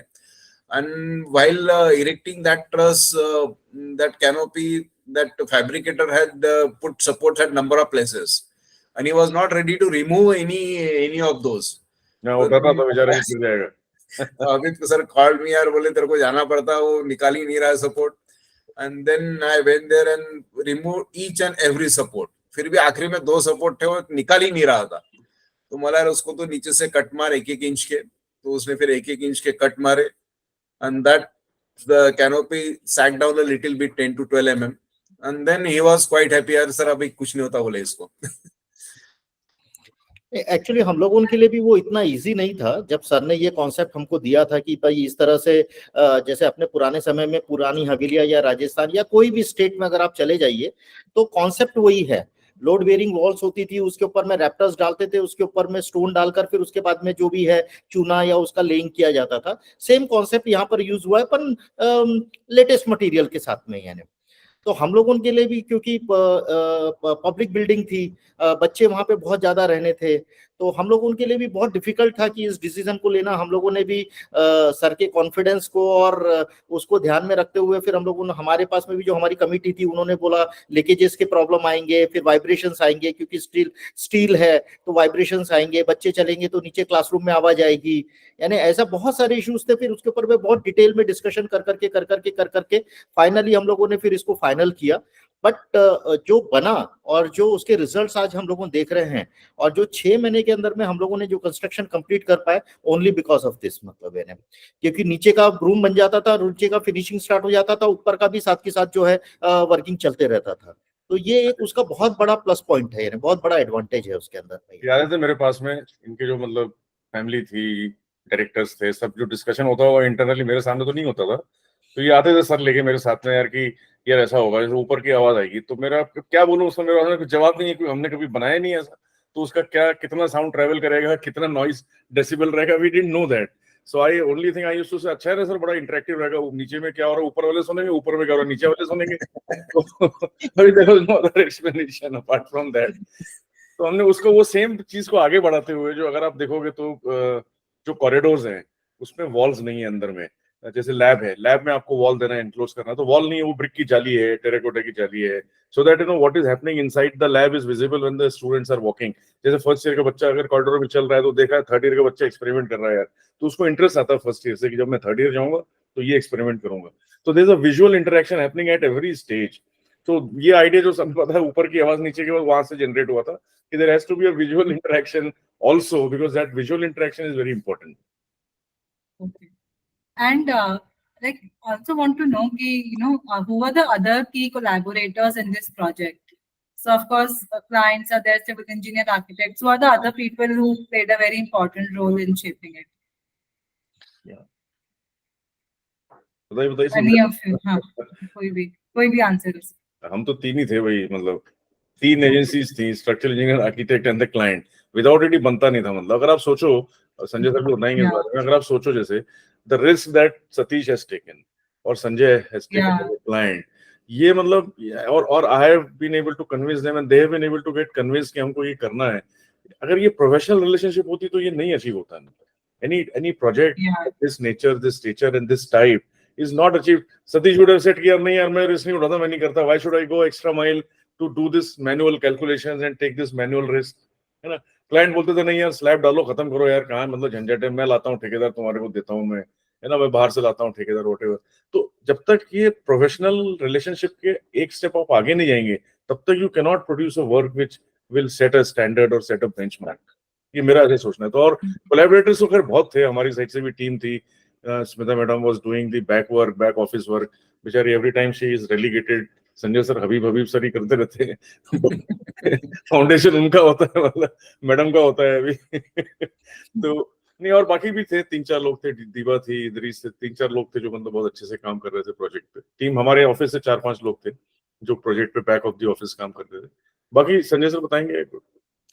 Actually इसके अंदर में मैं जितना पैशनेटली हूँ, मेरा छोटा ब्रदर जो है अजय, वो भी मेरे साथी है, हम लोग उनकी जॉइंट फैमिली है, वो भी उतना ही इन्वॉल्व था, उन्होंने भी उतना ही सपोर्ट किया, वो भी उतना ही शौक रखते हैं और उनका भी इन्वॉल्वमेंट उतना ही था। यानी कुछ जगहों पे जो है सर के साथ में उन्होंने, जैसे एक कॉरिडोर के अंदर में वो सर के साथ में मूव कर रहे थे, तो उन्होंने जैसे सर को रिक्वेस्ट किया कि सर ये जो अपने सी चैनल्स डाले हुए हैं, तो ऐसे ये बहुत ऐसे रॉ लग रहा है, तो इसको कुछ थोड़ा सा डेकोरेटिव करिए। तो सर ने एक वहीं पर खड़े खड़े दीवार के ऊपर में ही बस जस्ट यानी एक ऐसा ट्रायंगल काटा और उसके अंदर में एक छेद कर दिया, बोले ये लगा दो, बहुत अच्छा लगेगा। और वो ब्रैकेट जो हम लोगों ने लगाया, लोगों को लगा कि हम लोगों ने जो है वो उसको स्ट्रेंथनिंग के लिए लगाया है, बट वो स्ट्रेंथनिंग के लिए नहीं है, वो सिर्फ लुक के लिए लगाया था, मतलब मैंने। पर उससे ब्यूटी इतनी बढ़ गई है ने, तो छोटी सी, तो इस तरह से जो है हम लोगों खान सर के बहुत बहुत बड़े दीवाने हैं, मतलब यानी एक्चुअली आज की तारीख में हम लोगों जो है वो एज अ फैमिली हो गए हैं, इंस्टेड ऑफ ऐसे प्रोफेशनल रिलेशनशिप की, वो आर्किटेक्ट है, हम वो हैं, और सर भी हमको ऐसा लगता है कि क्लाइंट को जो है वो आर्किटेक्ट को फ्रीडम देना बहुत जरूरी है। अगर आप फ्रीडम नहीं दोगे तो आउटकम नहीं आएगा, मतलब यानी तो वो बहुत इंपॉर्टेंट है। जब अगर क्लाइंट जो है ना फंसी हो जाता है कि मुझे ऐसा ही चाहिए, मुझे यही चाहिए है, तो प्रॉब्लम आती है। यानी वहां पर फिर जो है ना आर्किटेक्ट जो है वो फिर अपना कुछ अंदर से निकाल के नहीं दे पाते हैं। यानी तो अंदर से निकाल कर देने के लिए, जैसे सर को हम लोगों को कहते हैं कि जैसे कई बार होता था कि सर के यहाँ से जैसे ड्राइंग आती थी तो मैं उनको वापस भेज देता था कि 100% ये सर ने देखा नहीं है, मतलब अगर ये सर देखते थे तो ये ड्राइंग ऐसा रहता ही नहीं था, मतलब यानी। तो हम यानी आज की तारीख में सर की अगर एक लाइन भी खींची हुई ना तो मैं बता सकता हूँ कि ये सर खान सर ने खींचा और ये किसी उनके स्टाफ ने खींचा है, मतलब यानी इतना। वो कहावत सुनी होगी ना आपने, घोड़ा घास से क्या यारी करेगा तो खाएगा क्या वगैरह, तो जब तो यहाँ बिल्कुल परफेक्टली वैलिड रहती है मतलब। संजय सर, आपसे थोड़ा ये पूछना चाहूंगी कि जो एक प्रोजेक्ट का इम्पैक्ट क्या हुआ जो यूजर्स हैं बिल्डिंग के, हाँ, स्टूडेंट्स और स्टाफ और एक डे टू डे ऑपरेशंस पे क्या इम्पैक्ट रहा प्रोजेक्ट? देखिए, एक सबसे बड़ा एडवांटेज ये है कि नागपुर जो है वो बहुत ही हॉट एरिया है समर्स में, स्पेशली जैसे यहाँ पर करीब करीब 8 महीने जो है विंटर तो यहाँ पर जैसे बोलने के लिए होता है। नागपुर में विंटर ऐसा यानी कुछ रहता नहीं है, जैसे दिल्ली के अंदर में जो है आपका 5 डिग्री 4 डिग्री पे चला जाता है। रियली आप लोगों जो है वुलन्स निकालते हो और पहनते हो विंटर्स के अंदर में, और रियली उसको एंजॉय करते हो। तो हमारे यहाँ ऐसा कुछ होता नहीं है, यहाँ पर विंटर यानी एकदम प्लेजेंट रहता है सिर्फ यानी, और समर जो है वो पीक रहता है, मतलब 48 तक के चला जाता है। अब वो 48 डिग्री टेम्परेचर के ऊपर में नागपुर के अंदर में सर्वाइवल जो है वो बहुत मुश्किल होता है। नेचुरली ड्राई वेदर है, इसकी वजह से कूलर्स यहाँ पर जो है गरीब से गरीब व्यक्ति भी लगा लेता है और उसको काफी कंफर्टेबल हो जाता है। बट एक्चुअली हमारी बिल्डिंग्स के अंदर में जब आप एंटर करते हो ना, तो जो 7 से 8 डिग्री का जो मैंने आपको फर्क बताया, और वो डिग्री से भी छोड़िए, जो अंदर जाने के बाद में स्टोन की वजह से जो कूलनेस जो वहां पर फील होती है, यानी जो एक अलग ही वो होता है, उसमें स्टूडेंट स्टाफ और हमारा जितना भी वर्किंग स्टाफ है वहां पर सब लोग बहुत कंफर्टेबल रहते हैं। नेचुरली थोड़ा सा कूलिंग तो देना पड़ता है समर के अंदर में, बट स्टिल अगर आप कॉरिडोर से वो कर रहे हो या कोई रूम में बैठे हो या कुछ भी बैठे हो तो आपको यानी ऐसे अनकंफर्टेबल नहीं होगा, आप पंखे से भी सर्वाइव कर सकते हो वहां पर। यानी इस तरह का एक एडवांटेज उसके अंदर में वो है। दूसरा, जिस तरह का इंफ्रास्ट्रक्चर है, जिस तरह का डिजाइनिंग हुआ है उसके अंदर में, जैसे मैंने आपको कहा कि बहुत ज्यादा कोर्टयार्ड यूज हुए हैं, तो किसी भी विंडो से आप बाहर देख लीजिए आपको ग्रीन ही नजर आएगा वहां पर। यानी तो वो एक बहुत बड़ा प्लस पॉइंट है कि बच्चों को जो है, क्योंकि पढ़ने वाले बच्चे हैं और वहां पर ऑक्सीजन लेवल जो है वो काफी अच्छा है वहां पर। यानी क्योंकि हर जगह जो है प्लांटेशन काफी किया हुआ है, ग्रीनरी काफी की हुई है, बच्चे को इच्छा रहती है कि मैं कॉलेज जाऊं, फैकल्टीज को इच्छा रहती है कि हम लोग कॉलेज जाए। यानी तो बैठने का माहौल जो है वहां पे बहुत अच्छा है। बच्चे लोगों जो है गार्डन्स बहुत अच्छे से यूज करते हैं वहां पर। यानी बिल्डिंग्स क्योंकि बहुत अच्छी बनी हुई है, आर्किटेक्चर उसका काफी अच्छा है, तो आंखों को बहुत अच्छा लगता है। ऐसा नहीं लगता है कि कंक्रीट जंगल है, जैसे अब शहर अपने पूरे कंक्रीट जंगल हो चुके हैं, गार्डन्स बहुत कम नजर आते हैं, यानी प्लांट्स बहुत कम नजर आते हैं। वहां पर जो है आपको जो है वो कंक्रीट वाला कोई कॉन्सेप्ट ही नहीं है वहां पर। यानी आज की तारीख में 15 साल हो गए, 15 साल के अंदर में अभी तक के हम लोगों ने कॉलेज को पेंट नहीं किया है, अभी तक के हम लोगों ने कॉलेज को पेंट नहीं किया है। एज इट इज जैसा कंस्ट्रक्शन है वैसे ही लुक में है, और उसके बाद में भी वो इतना अच्छा लगता है। कई लोग हम लोगों यानी हम लोगों बोलते हैं कि यार हम लोगों ने अभी तक के पेंट नहीं किया, तो बोले जरूरत ही क्या है आपके कॉलेज को पेंट करने की। कितने सारे कमिटी मेंबर्स और कितने सारे हमारे गेस्ट आते हैं जो प्रोग्राम्स के अंदर में आते हैं, कितने सारे मतलब सेलिब्रिटीज वहां पर आ चुके हैं। यानी सब लोगों का ऐसा कहना है कि हम लोगों को एक बार और एडमिशन लेने की इच्छा है, मतलब एक बार हमको हमारा एजुकेशन और कंप्लीट करने की इच्छा है।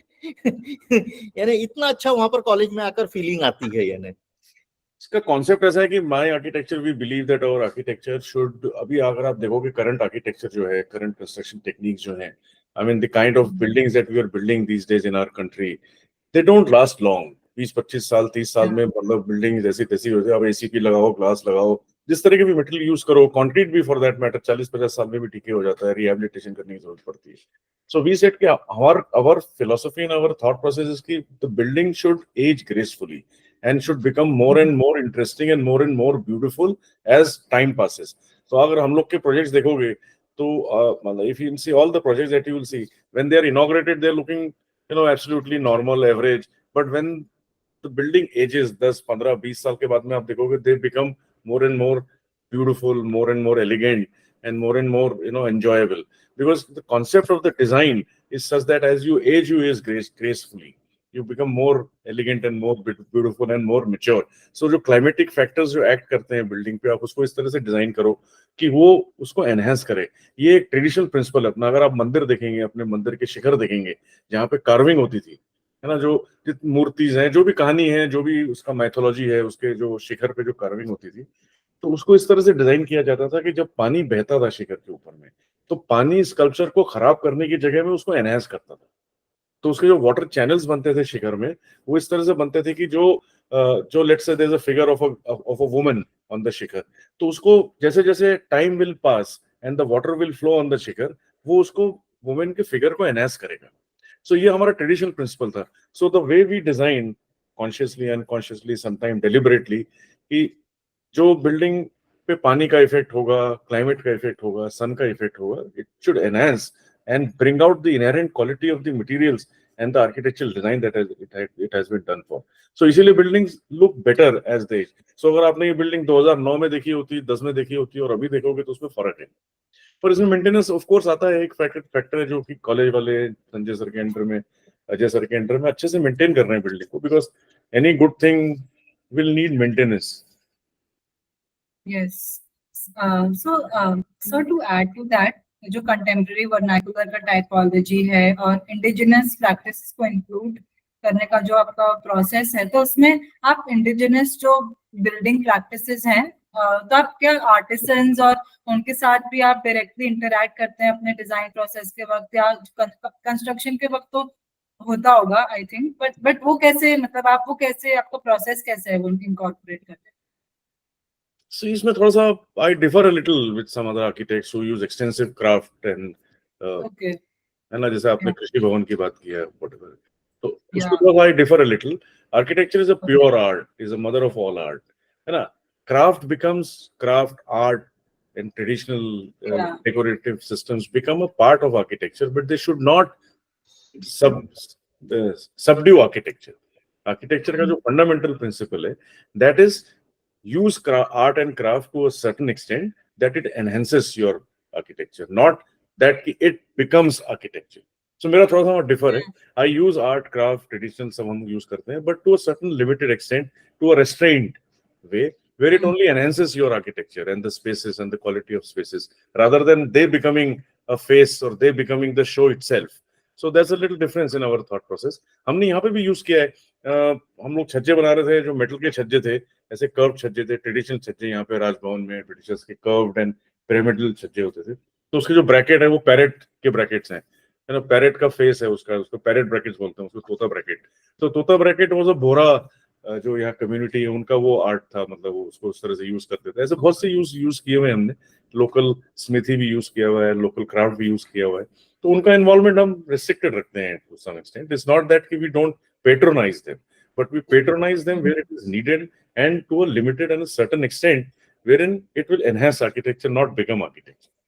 So हमने use तो किया है, काफी use किया है local techniques and local art and local craft use किया है।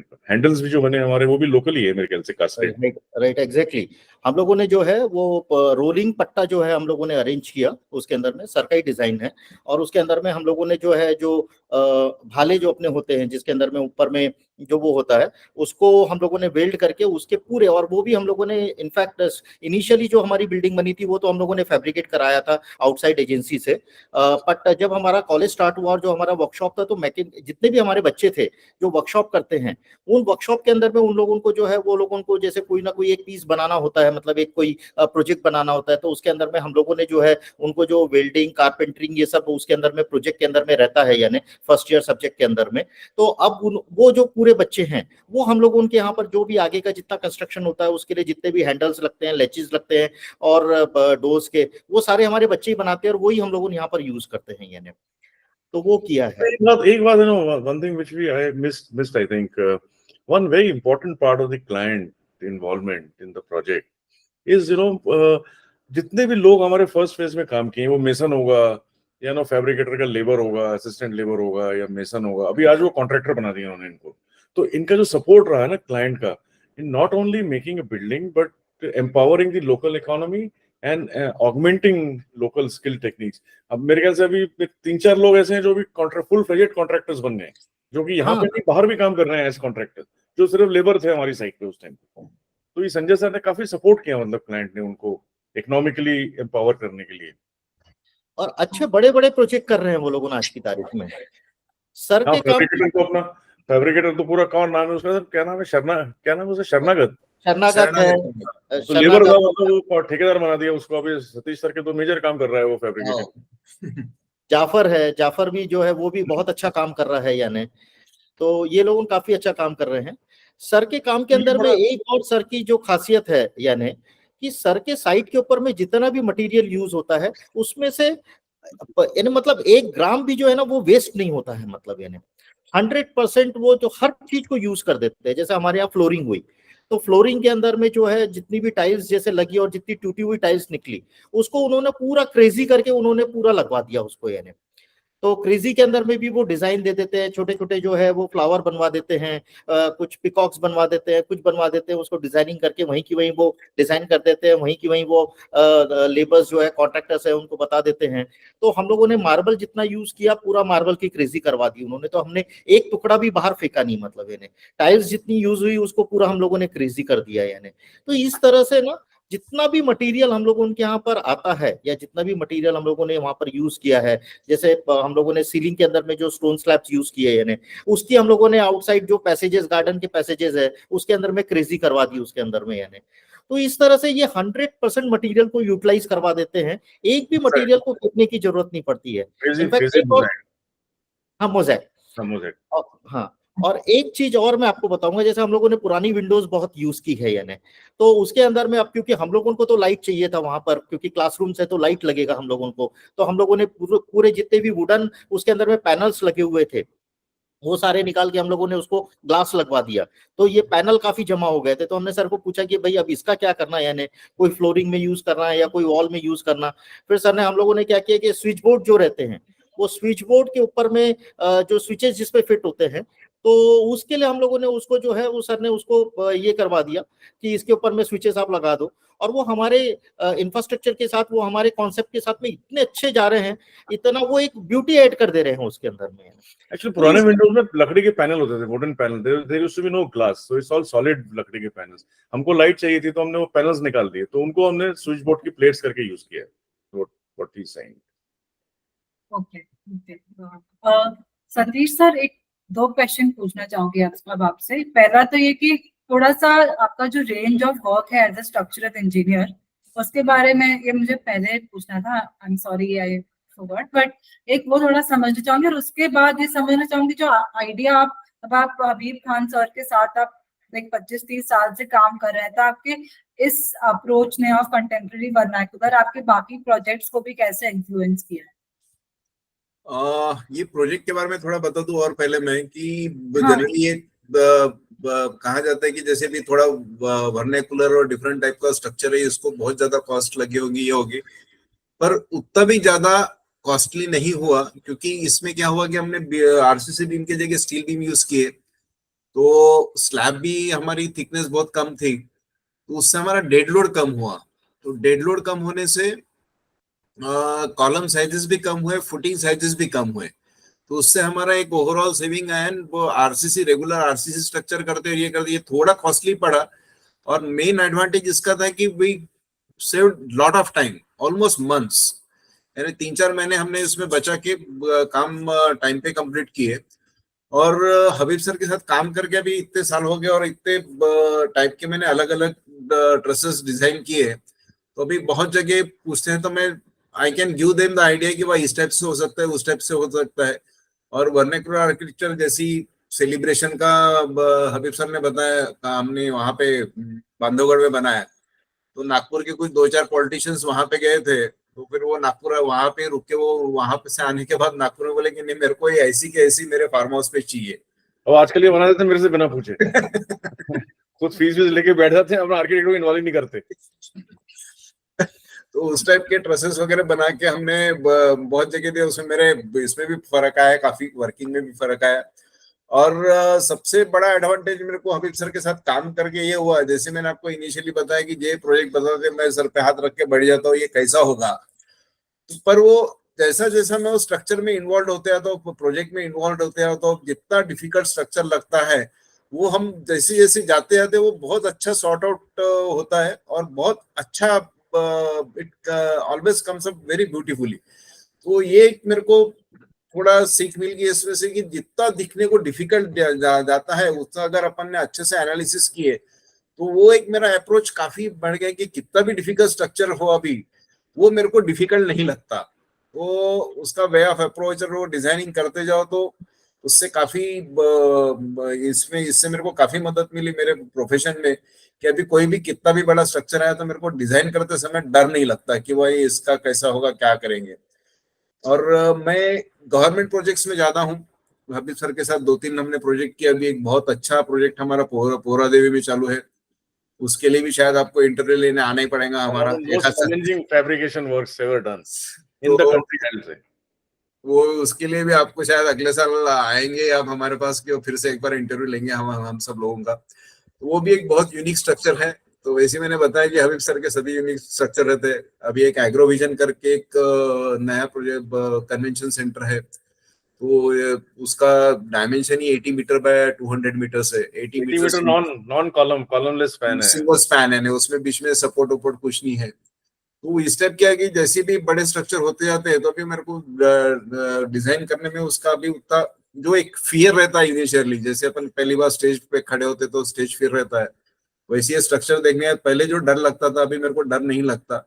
That is the biggest. एक और बात है, पहले जब अपने डिजाइन में इनिशियली जब करते थे तो सर यार ये पॉसिबल नहीं, यार ये कैसा होगा, यार नहीं होता, यार ये कैंटिलीवर नहीं होगा, ये ऐसा बोलते थे। अभी आजकल नहीं बोलते। अभी 80 मीटर स्पैन की बात कर रहे हैं, मैंने कहा 80 मीटर कॉलमलेस स्पैन है, उसके बाहर में 22 मीटर का कैंटिलीवर है। ही डिडंट इवन से अ वर्ड, ही सेड कि करना ही अपने को तो काय के लिए बहस करना। एंड उनका वो फियर निकल गया, लाइक ही इज सेइंग, तो now he is comfortably doing that. क्योंकि हबीब सर का एक बार डिजाइन बन गया तो उसमें पहले बहुत कम चेंजेस होते हैं, उनको जैसा चाहिए वैसा ही करना पड़ता। The same case was with the canopy of reception canopy of Bandhavgarh. That was also very difficult structure. सिर्फ वो 6 कॉलम पे एक 18 मीटर बाय 32 मीटर्स का canopy, that too height is almost 15-16 metres. 15 metres वो भी बहुत डिफिकल्ट था, पर वो भी चैलेंज किया। वो सब करते करते अभी काफी कुछ कॉन्फिडेंस आया है उसमें, अलग अलग स्ट्रक्चर डेवलप डिजाइन करने में। मैं इंडस्ट्रीज में ज्यादा हूँ। नागपुर के जो फेमस ब्रांड है हल्दीराम, तो उनके काफी सारे काम करता हूँ। उनका भी एक रिसेंटली एक 3-4 साल पहले मैंने एक बहुत बड़ी फैक्ट्री बिल्डिंग बनाई। वो factory building is 208 metres by 180 metres, single floor plate, G+2 structure, height is each floor height is 7.5 metres, और that building is without expansion joint. Usually we provide expansion joint around 40-50 metres, but that was their main criteria, we don't want any expansion joint because it's a food industry। और पूरा हल्दीराम के जितने भी sweets बनने वाले सब वो factory में बनेंगे। अभी वो चालू भी हो गया ऑलरेडी बनना। उनको एक्सपेंशन जॉइंट क्रिएट करने से वहाँ लीकेज होता है, फंगस डेवलप होता है, बैक्टीरिया डेवलप होता है, they don't wanted any expansion joint. तो that was one of the very big structure that I designed without any expansion joint. वो एक चैलेंज था। अब ये हबीब सर के काम करते करते चैलेंजेस को फेस करना भी आदत हो गई।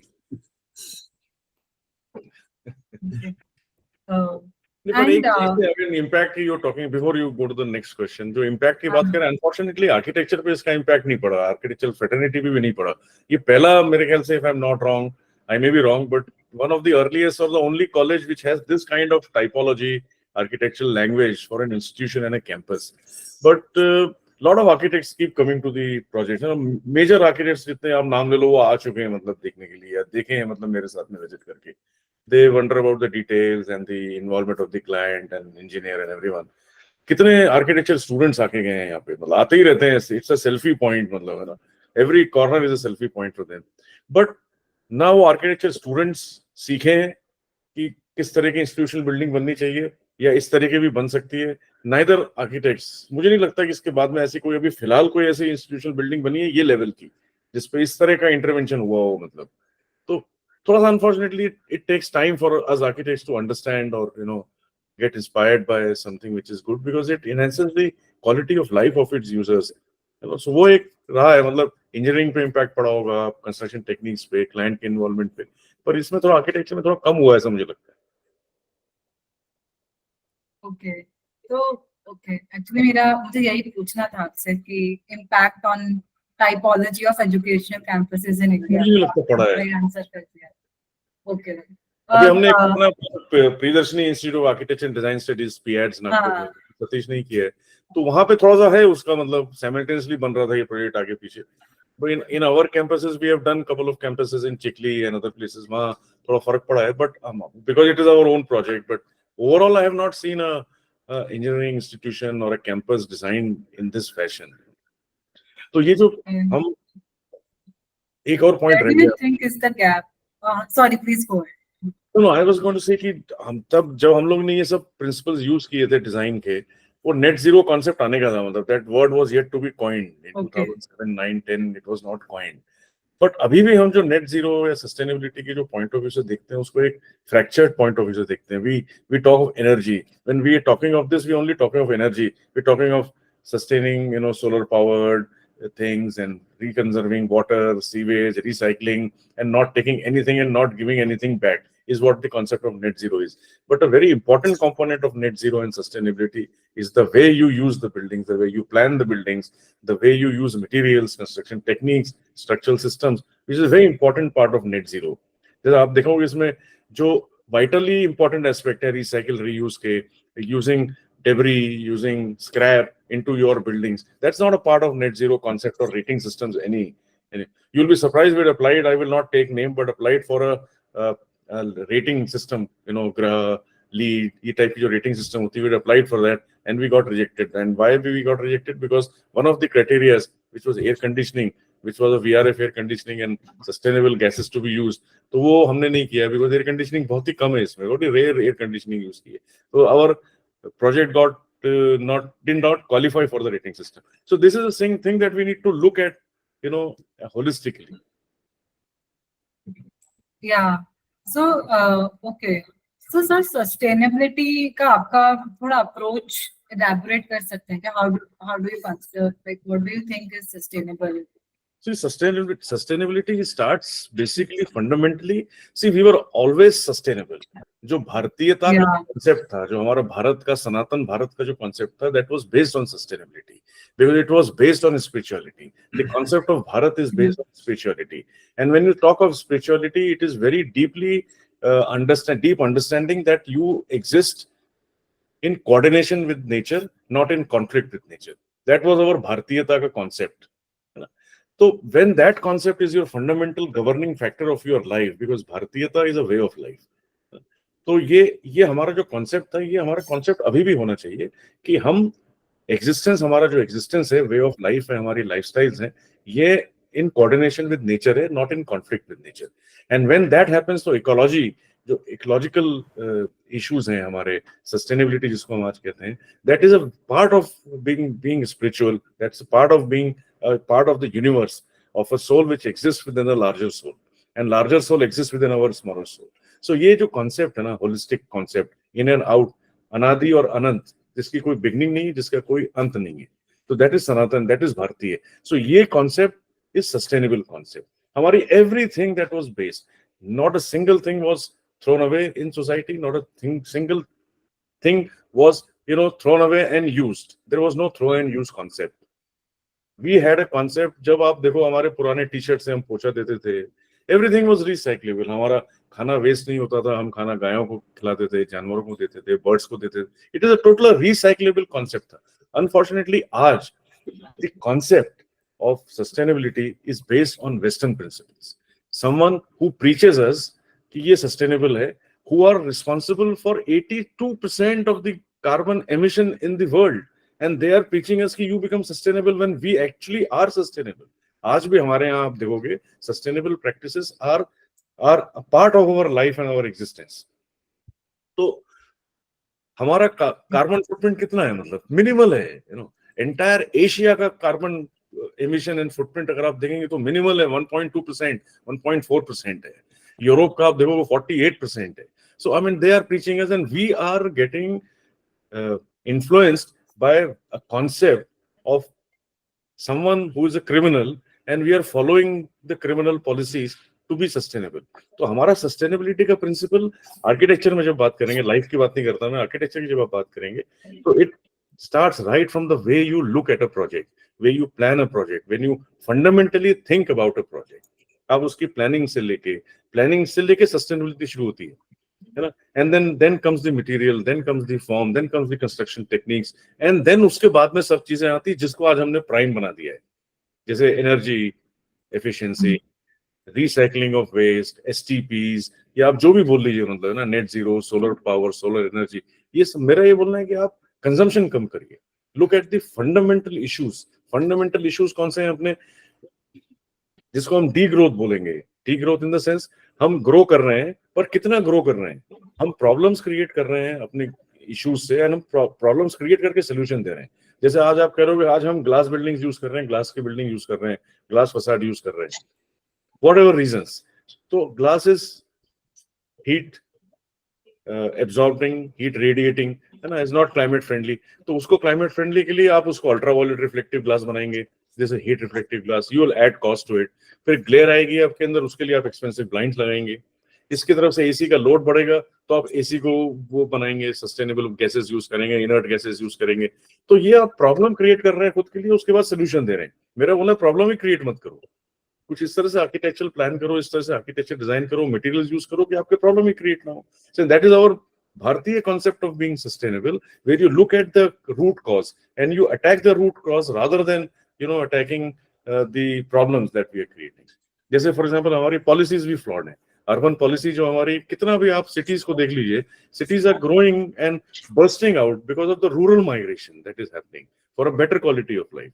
And ultimately they don't have a better quality of life because city cannot give that infrastructure and the necessary infrastructure by the increasing population. आप कितना भी मेट्रो बना लीजिए, ब्रिजेस बना लीजिए, फ्लाईओवर्स बना लीजिए, पानी की supply, every time it will fall short because we are not addressing the problem at the root cause, which is rural empowerment, rural economic empowerment, so that rural migration does not happen to urban areas.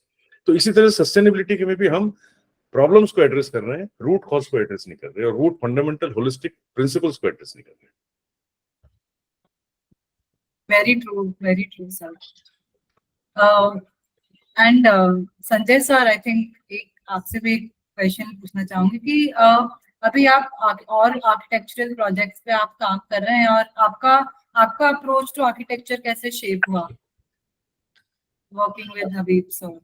हाँ, देखिए ऐसा है कि एक ये है कि हम लोगों ने अभी हमारा जो घर का प्रोजेक्ट चल रहा है, मेरा बैंगलो बन रहा है, सर ही कर रहे हैं उसको. हम लोगों ने इनफैक्ट हम लोगों ने, मैं सर कितने फ्रेंडली हैं और कितने कोऑपरेटिव हैं मैं ये आपको बताता हूँ. एक हम लोगों ने लैंड फाइनल की, हम लोगों ने ऑलमोस्ट लैंड फाइनल की, और हम लोगों ने विद इन 1.5 months के अंदर में सर ने पूरा हमारा पूरा बैंगलो डिजाइन कर दिया. मतलब मैंने, और वो लेक के सामने था, मतलब वो प्रॉपर्टी जो थी वो लेक के सामने थी. Because of some government reasons हमको उसको कैंसिल करना पड़ा, यानी. पर हम लोगों ने उसको जिस तरह से डिजाइन किया था, और जिस तरह से सर ने बेसिकली उसको डिजाइन किया था, और जिस तरह से हमारी सारी रिक्वायरमेंट्स को उन्होंने ध्यान में रख के, और स्पेशली अब जैसे हमारे जो बच्चे हैं उनकी जो रिक्वायरमेंट थी कि उनको इन्फिनिटी पूल चाहिए था और वो सब चाहिए था, यानी हम लोगों ने 7th और 8th फ्लोर के ऊपर में हम लोगों ने जो है वहां पर हमारा किचन, और हम लोगों ने पूरी हमारी यूटिलिटीज एरियाज वगैरह वहां पर डिजाइन करके सर ने दे दिए थे. फिर अचानक कुछ गवर्नमेंट रूल्स की वजह से, क्योंकि लेक के नजदीक था, तो और वो हमारा लैंड जो था वो बहुत नजदीक था उसके, तो हमको उसको कैंसिल करना पड़ा. बट नथिंग, कुछ नहीं, मतलब इन्हें कोई एब्सोल्युटली कोई प्रॉब्लम नहीं. विद इन 3 months हम लोगों ने नेक्स्ट प्लॉट हम लोगों ने परचेस किया, और उसके ऊपर में फिर सर फिर से उसके ऊपर में लग गए. अभी तक के हम लोगों को, हालांकि वो हम लोगों ने कोविड में फाइनल किया, और कोविड से लेके अभी तक के हम लोग उसकी प्लानिंग ही कर रहे हैं, और इतनी सारी ड्राइंग्स उसमें चेंज हो गई. और फिर उसमें वास्तु काफी, हमारा 3 कंसल्टेंट है हमारे, और 3 कंसल्टेंट को सर टाइम देते हैं, और वो भी सर ने इतना टाइम दिया है कि आप विश्वास नहीं करोगे, एक कंसल्टेंट के साथ 5-5 घंटे सर ने बैठे हैं. मतलब तो वो लोगों सब लिटरली बिकम अ मैड कि ये कैसे हो सकता है, ये पॉसिबल ही नहीं है. मतलब यानी तो ये जब भी हो सकता है कि जब आप आर्किटेक्ट को अंडरस्टैंड करते हैं, आर्किटेक्ट आपको अंडरस्टैंड करता है, और आप उसको फ्री हैंड देते हैं, और उनको आपको काम करने में मजा आता है. मतलब यानी वो इसलिए नहीं डिजाइन कर रहे हैं क्योंकि आप उनको फीस दे रहे हैं, वो इसलिए डिजाइन कर रहे हैं क्योंकि उनको वहां पर वो जो फ्रीडम मिल रही है. तो इसलिए क्लाइंट को जो है वो फ्रीडम देना आर्किटेक्ट को बहुत जरूरी है. और फिर सर तो जो है ना वो समुद्र है, मतलब वहां पर अथाह है, वहां पर कोई कमी नहीं है, बस निकालने की देरी है. मतलब मैंने कुछ डालोगे तो निकले। Actually, हाँ, अब विश्वास नहीं करोगे, कॉलेज के अंदर में हर 50 फीट पे डिजाइन चेंज हो जाती है फ्लोरिंग की, हर 50 फीट के ऊपर में ग्रिल का डिजाइन चेंज हो जाता है, विंडोज का डिजाइन चेंज हो जाता है। मेरे ख्याल से यानी नंबर्स ऑफ ग्रिल्स हम लोगों ने यूज कर चुके हैं कॉलेज के अंदर में। आप कोई भी चीज सर को लाके दे दो, उनके पास ना वाला कोई शब्द है ही नहीं, मतलब हाँ इसको भी लगा देंगे, इसको भी यूज कर लेंगे, इसको भी फिट कर देंगे, आपकी जो इच्छा है वो पूरी कर देते हैं, मतलब यानी और उसको किस तरह से डिजाइन करना है, किस तरह से वो करना है, कुछ भी ला लो आप यानी। और पुराने सामान को तो वो मतलब यानी जितने भी एंटिक्स है या जितना भी रीयूज करने वाला जितना भी सामान है, कोई दिक्कत नहीं, आप दे दीजिए, आप जैसा आपकी इच्छा है वैसा वो बना के दे देते हैं यानी। तो ये सर की ब्यूटी है ये। और और अभी मेरा, हाँ अभी मेरा घर जो है, हम लोग उनका जो बैंगलोर है वो सर डिजाइन कर रहे हैं, और हम लोग ऑलमोस्ट एक अराउंड 15-20 डेज में, मैक्सिमम 1 मंथ में हम लोग जो है उसको स्टार्ट कर लेंगे। और थोड़ा वक्त हम लोगों को ज्यादा इसमें लगा क्योंकि हम लोगों का जो साइज है वो काफी बड़ा है, और उसको सैंक्शंस लेने में हम लोगों को थोड़ा सा दिक्कत लगी, यानी कुछ रूल्स एंड रेगुलेशंस ऐसे थे कि उसके अंदर में हम लोगों को थोड़ा सा टाइम लग गया। देन अभी मेरा सेकेंड प्रोजेक्ट जो है वो ऑफिस, जो मेरा कॉर्पोरेट ऑफिस है उसका भी सर जो है डिजाइन कर रहे हैं। तो इस तरह से आगे भी प्रोजेक्ट्स जो है वो सर के साथ में चल रहे हैं यानी। okay. And sir, Habib sir, आप अभी जो sustainability, like you explained to us, you know, like your philosophy and your understanding of sustainability. So I want to ask you कि आप अपने clients और students, because I know you are an educator also. So how do you communicate this, your understanding of sustainability to them? Because like right now I am also through some other projects like working on sustainability, and आपने जो बोला, it was very relatable. Like everybody is talking about the problems, but we are not addressing the root cause of it. So how can we, you know, like to make spread more awareness around it? There are two aspects to it. One first aspect is that I keep talking about this in various forums. कम से कम मैं मतलब almost महीने में 2-3 presentations तो मेरे कहीं ना कहीं होते ही हैं country में, कहीं ना कहीं। अभी I just came back from Banaras where I spoke of this concept in Varanasi. अभी I'm going to Lucknow on 29th to discuss, to talk about the same presentation. And incidentally अभी क्या हो गया कि पहले आर्किटेक्ट्स लोग बुलाते थे, अभी इंजीनियर्स भी बुलाना शुरू कर दिए हैं। अभी ये ICI Indian concrete institute is calling me, and वहां जाकर मैं कंक्रीट को गाली भी मार के आता हूँ, सतीश के सामने भी मारी थी फोरम में। तो I mean you have to talk about this, unless you talk about it ना। तो हम लोग के एकेडमिक्स में एक ऐसा कॉन्सेप्ट है जिसमें आप जब लेक्चर देते हैं क्लास में, तो जो ब्रिलियंट से ब्रिलियंट जो बच्चा होता है ना, वो 40-48% के ऊपर एब्जॉर्ब नहीं करता है। तो अगर आपको एक चीज बतानी है तो आपको 4 चीज बतानी पड़ेगी, तो वो जाके एक चीज समझेगा जो आप बताना चाह रहे हैं। और डल से डल बच्चे की तो खैर कोई लिमिट नहीं होती है। तो when you give a presentation, तो भी आप ये मान के चलिए कि the audience that are sitting in front of you is are the brilliant, most brilliant minds who are sitting in front of you, तो वो 48% के ऊपर में एब्जॉर्ब नहीं करेंगे। सो मेरे कम से कम अभी, if I am not wrong on this topic, I would have spoken in more than about 200 forums up till now since 2010. And when I was the president, तो उस टाइम में तो खैर मैं तो in a month I used to have 75 to 80 presentations and discussions almost every month. तो unless you talk about it, कुछ ना कुछ तो कहीं ना कहीं तो लोग एब्जॉर्ब करेंगे। लोग अभी कंटेम्प्रेरी वर्नाक्युलर के बारे में बात कर रहे हैं, there are lot of Instagram handles on contemporary vernacular. वो मेरे को क्रेडिट नहीं देते, it's a different issue, but that doesn't matter as long as the cause is fulfilled. But ऐसे बहुत सी बातें भी कर रहे हैं। कॉलेज में कोई कंटेम्प्रेरी वर्नाक्युलर भी पढ़ा रहे हैं, हम अपने कॉलेज में तो पढ़ाते ही हैं मतलब बच्चों को। तो अब कन्विंस करने वाली जो बात है वो ऐसा है कि एवरी आर्किटेक्ट का एक ब्रांड होता है, माहौल बनाना पड़ता है। तो विदाउट माहौल, विदाउट ब्रांडिंग कोई सुनता नहीं आपकी, है ना। आपको कौन सा शैम्पू यूज करना है ये शाहरुख खान बताता है। टाइगर्स को प्रिजर्व करना था तो अमिताभ बच्चन आके बैठे थे पेंच में हमारे रिजॉर्ट में, अपने इसमें सतीश अपना ताज वाले बागवन में 1 हफ्ता बैठे थे, और उन्होंने 250 करोड़ जनरेट किए फंडिंग में। Amitabh Bachchan was live and then you are you know donating. So you need Amitabh Bachchan, बेचारे टाइगर एक्टिविस्ट, टाइगर प्रिजर्वेशन के लिए सालों से काम कर रहे हैं। जितना मुझे याद है 1984 से when I was a student, तब से मतलब मैं भी इन्वॉल्व था। तब बेचारों ने 10 करोड़ भी नहीं जमा कर पाए, but one Amitabh Bachchan for 1 week could generate 250 crores for tiger preservation fund, है ना।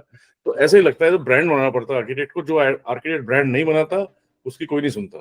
तो वो ब्रांडिंग जब तक नहीं होती है, जैसे मतलब ब्रांड, जैसे मेरा एक ब्रांड है समझो, तो मेरे पास में वही लोग आते हैं जो जिनको इस तरह का काम में इंटरेस्ट होता है या काम कराना चाहते हैं, और जो नहीं आते हैं, जिनको नहीं समझता है इसके पीछे कॉन्सेप्ट क्या है, बिल्डिंग अच्छी लगती है, अच्छी डिलीवरी होती है, building comes out very well, तो वो आते हैं बिना समझे हुए कि उसका फंडामेंटल प्रिंसिपल इसके पीछे में क्या है। तो पर जो अभी इतने साल की प्रैक्टिस के बाद में, 30-35 साल के बाद में लोग मतलब सुनते हैं, उससे संजय सर भी सुनते हैं मतलब, तो ऐसा मतलब you have to create a brand. Initially कोई नहीं सुनता था, इनिशियली इट्स वेरी डिफिकल्ट, है ना। तो you have to be pragmatic. वो आजकल का जमाना गया कि जो एक्टिविस्ट होते थे ना, sustainable activist, environmentally friendly activist, khadi के कुर्ते में विनोबा भावे का झोला लेके क्रम्पल्ड खादी में साइकिल पे आते थे, वैसा कोई नहीं सुनता, मतलब, है ना, कोई नहीं सुनता। वो जमाना भी गया, आजकल वो आपको एक्टिविस्ट भी नहीं दिखेंगे। आज का एक्टिविस्ट मर्सिडीज में बैठ के, BMW में बैठ के आएगा, है ना, टक इन करके कोट पहन के आएगा और बातें करेगा सस्टेनेबिलिटी, तो लोग सुनेंगे। That's how the society is. You know, there was this architect, I'm sure you would have heard about Hassan Fatih, Egyptian architect. Yeah. He had said कि ये जो principles है ना, ये टॉप से आने चाहिए। इट्स अ पिरामिड, एंड जो टॉप का बंदा है, जो शहर का सबसे रिचेस्ट बंदा है, अगर वो आपकी प्रिंसिपल को मान लेता है और वो अगर घर बनाता है अपना वैसा, तो बाकी सब लोग घर वैसे बनाएंगे उसको देखते हुए कि भाई अंबानी ने ऐसा बनाया, अडानी ने ऐसा बनाया, XYZ, तो बाकी सब लोग भी फॉलो करेंगे उसको। आप बोलोगे नीचे से कोई बैंक का क्लर्क सस्टेनेबल घर बना रहा है, तो कोई नहीं सुनेगा उसकी, ना कोई बनाने जाएगा। ये सच्चाई है, हसन फती नहीं बताया, this is what Hassan Fathy said. तो आज मैं जैसे मतलब फॉर एग्जांपल, लोग मेरे को एक्टिविस्ट बोलते हैं, सर आप पागल हो, इस तरह का काम करते हो, पैसे नहीं कमाते हो, क्योंकि पैसे तो फीस तो उतनी मिलती है जितनी मिलनी है, सादे आर्किटेक्ट को भी उतनी मिलती है, आप डिटेलिंग कितनी भी कर लो आपको उतनी फीस मिलती है, फीस ज्यादा नहीं मिलती है, फीस उतनी मिलती है। तो why are you doing this? Because there is some fire, there is some cause in it. And मैं जाऊंगा, अगर I mean imagine if I am going to college in my car, which is a luxurious car, a BMW, Mercedes or whatever, and मैं उतरता हूँ बिल्कुल suited, booted, smart looking, with a ponytail, तो अभी कर रहे नहीं। उस टाइम पे अगर मैं वैसा अगर वो माहौल अगर मैं क्रिएट करूंगा, तो आज की जनरेशन को फर्क पड़ता है, आज के क्लाइंट को फर्क पड़ता है। पहले अलग बात थी, अभी जमाना चेंज हो गया। So that branding is critical, that branding is important. तो आप किस तरह की ब्रांडिंग, तो ब्रांडिंग के ऊपर ही मतलब आज का सारा खेल है। आजकल मतलब पिछले 10 साल से 15 साल से ये society has changed. yes very true। उसी में लोग कन्विंस होते हैं, अदरवाइज नहीं। मैं अगर बना रहा हूँ मिट्टी का घर, मिट्टी का रिजॉर्ट, है ना, and you see that I am a successful architect and I am well of financially, तो लोग उसको एक्सेप्ट करते हैं। पर अगर वही चीज मैं साइकिल पे बैठ के आऊंगा, स्कूटर पे बैठ के आऊंगा और बोलूंगा मिट्टी का रिजॉर्ट बनाओ, घर बनाओ, कोई नहीं सुनेगा। ये फैक्ट है, सच्चाई है जिंदगी की। संजय सर गलत बोल रहा हूँ तो बताओ। नहीं बिल्कुल सही बोल रहे हैं। नहीं, पैरामीटर्स चेंज हो गए इवैल्यूएट करने के। Very true. या सोशल मीडिया और लाइक पूरा कल्चर ही वैसा हो गया है। लाइक आई थिंक इंडिया में after the liberalisation things totally changed. So मैं बताऊं आपको, मेरा इंस्टाग्राम हैंडल है, not very popular, it's organically grown handle. मैं पैसे वैसे देके नहीं बनाता हूँ कि अपने लाखों फॉलोअर्स हो गए।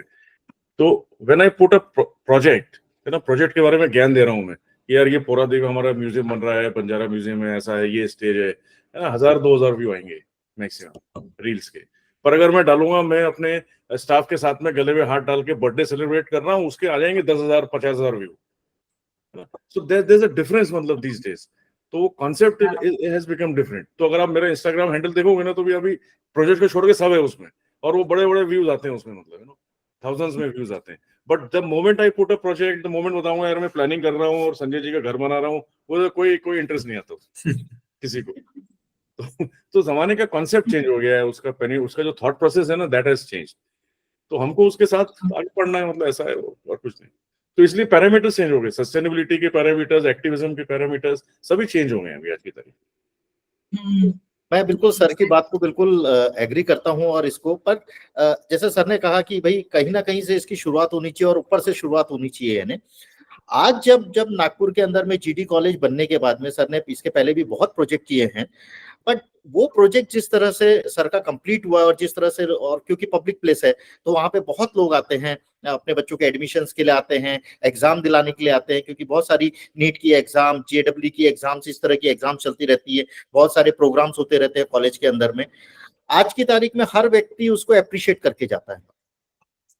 तो फिर कहीं ना कहीं वहां से फिर मैसेज जाना स्टार्ट हो जाता है। अब उसके बाद में कम से कम इस तरह के काफी सारे प्रोजेक्ट जो है वो नागपुर के अंदर में 4 से 5 कॉलेज उसके बाद में नागपुर के अंदर में जो है बने हैं। Okay. तो ये चेंज आता है। जी, yes. और like gradually I think so. हाँ, टाइम लगता है। So, yes. Okay. Any thank you so much actually. काफी learnings हुई मेरी भी इस conversation के through and आप लोग ने अपना time निकाला. Thank you so much for that. आप कुछ any closing words? Anyone wants to add anything to what has like beyond what has been said about the project or about sustainability and architecture and engineering, client involvement? आप लोगों ने देखा है college, आए हैं नागपुर? नहीं, जी फोटो नहीं आए, फोटो में देखा है, आना चाहूंगी डेफिनेटली. आओ, यानी you must see it personally, और वो देखने के बाद ही Yes. फोटो और उसमें काफी फर्क पड़ता है. And, आप आके देखो, you will love to see it. yes, we'll definitely try. मैं एक बात बोलना चाह रहा था कि my understanding, my learning from this whole experience of working with Sanjay, Satish and the project, पहले जब मैं प्रेजेंटेशन देता था प्रोजेक्ट्स के बारे में स्पेसिफिकली, तो उसका बहुत बढ़ गया मतलब number after we got this Interbau award, international award on the project. तो बहुत लोग बुलाते हैं प्रोजेक्ट के बारे में बात करने के लिए. जैसे आपने भी बोला स्पेसिफिकली इंटरव्यू लेना है, तो मुझे लगा कि अपने बट यू सेड ने जीटी के बारे में बात करेंगे हम, है ना. We said we will talk of GT, I also said we will talk of GT. तो पहले मैं प्रेजेंटेशंस में मैंने ऐसा किया, मैंने स्मिता ने ऐसा किया, हमने डिजाइन किया, ऐसा चलता था. पर then gradually over a period of time I realise कि ये जो प्रोजेक्ट था ना, इसमें without the client and without the engineer ये काम ही नहीं हो सकता था. मतलब it was not possible to achieve whatever, I mean जो लोग बोलते हैं अच्छा किया, जो भी देखे, whatever I did as a designer, इन दोनों के बिना नहीं हो सकता था. So now every presentation since last 4-5 years post Covid जब रिफ्लेक्शन किया मैंने, तो उसके बाद में अगर आप देखेंगे तो हर प्रेजेंटेशन में, हर लेक्चर में मेरे दोनों का नाम जरूर होता है, मतलब क्लाइंट का एंड इंजीनियर का. तो ऐसे कि विदाउट देम पॉसिबल नहीं. तो ये मेरी लर्निंग हुई है, मतलब it is my learning in the process की विदाउट दिस कोलैबोरेटिव प्रोसेस ये पॉसिबल नहीं था. Very true. लाइक जब हम मोनोग्राफ्स, लाइक आर्किटेक्ट्स के मोस्टली मोनोग्राफ्स पब्लिश होते हैं, तो उसमें भी उसमें बात होती है ना कि स्टार आर्किटेक्ट पे फोकस आ रहा है सारा, और उनकी आइडियोलॉजी और उन्हीं के वो क्या कर रहे हैं, वो क्या करना चाहते हैं, उसी पे पूरा फोकस रहता है. आई थिंक मेरा भी core inspiration behind wanting to do something like this was कि शायद वो सही अप्रोच नहीं है, उसके beyond also we need to look. So yeah and Sanjay, yes important is कि क्लाइंट ने जो है आर्किटेक्ट को फ्रीडम देना चाहिए, और उसका involvement is very very important. यानी जब तक के वो इन्वॉल्व नहीं होंगे, जब तक के फिर क्या होगा कि जैसे जनरली होता है कि भाई इंटीरियर्स आते हैं और वो लोग अपना डिजाइन करके चले जाते हैं, ये चीज यहीं लगेगी मतलब. यानी तो वो अपनी ना तो यानी उनको अपनी ख्वाहिशें बताना बहुत जरूरी है, उनकी चॉइस बताना बहुत जरूरी है.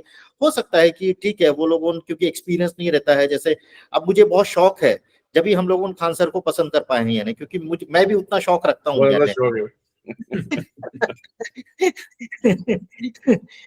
तो अभी बिल्डिंग बनी नहीं है, फाउंडेशन खुदा नहीं है, सैंक्शन हुआ नहीं है, पेंटिंग की बात कर रहे हैं, कौन से लगेगी इंटीरियर में.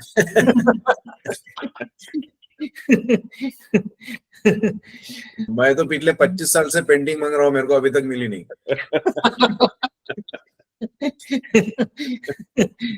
मेरे को सर ने प्रॉमिस किया है कि मेरे घर में एक पेंटिंग सर की रहेगी, मतलब है. बीच को भी 25 साल पहले प्रॉमिस किया था. मैं लगवा लूंगा सर, मैं लगवा लूंगा. You must see the Habib Khan's painting. मैं तो इतने बार बोलता है आर्किटेक्चर छोड़ के बीए करो ना, मैं हमेशा उनको ये बोलता हूँ अपने वो ये भी बोलते ज्यादा पैसे कमाओगे, बोला पेंटिंग करके ज्यादा ये करोगे. वो अपने फेमस थे ना MF हुसैन, बस उनके छोटे भाई है उसमें. बहुत सुंदर ब्यूटीफुल पेंटिंग्स है. मैं कितने बार बोला इनको आर्किटेक्चर छोड़ो, पेंटिंग बनाओ, आप ज्यादा पैसे कमाओगे.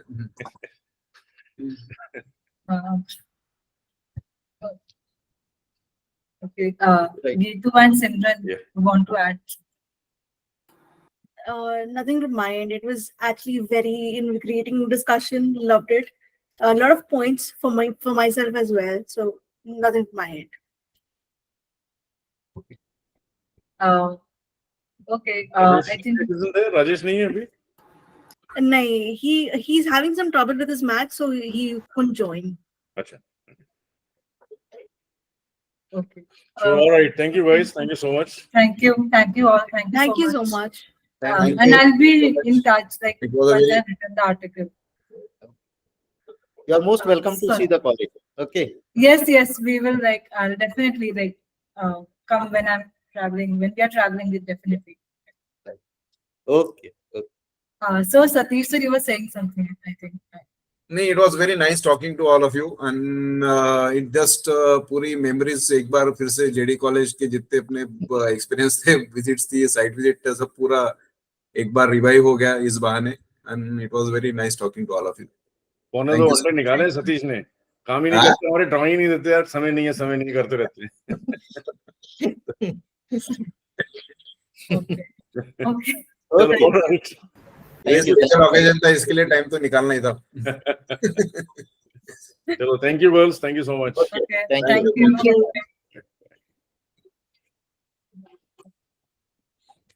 Devansh? सर आप मीटिंग आप एग्जिट कर सकते हैं. Okay I think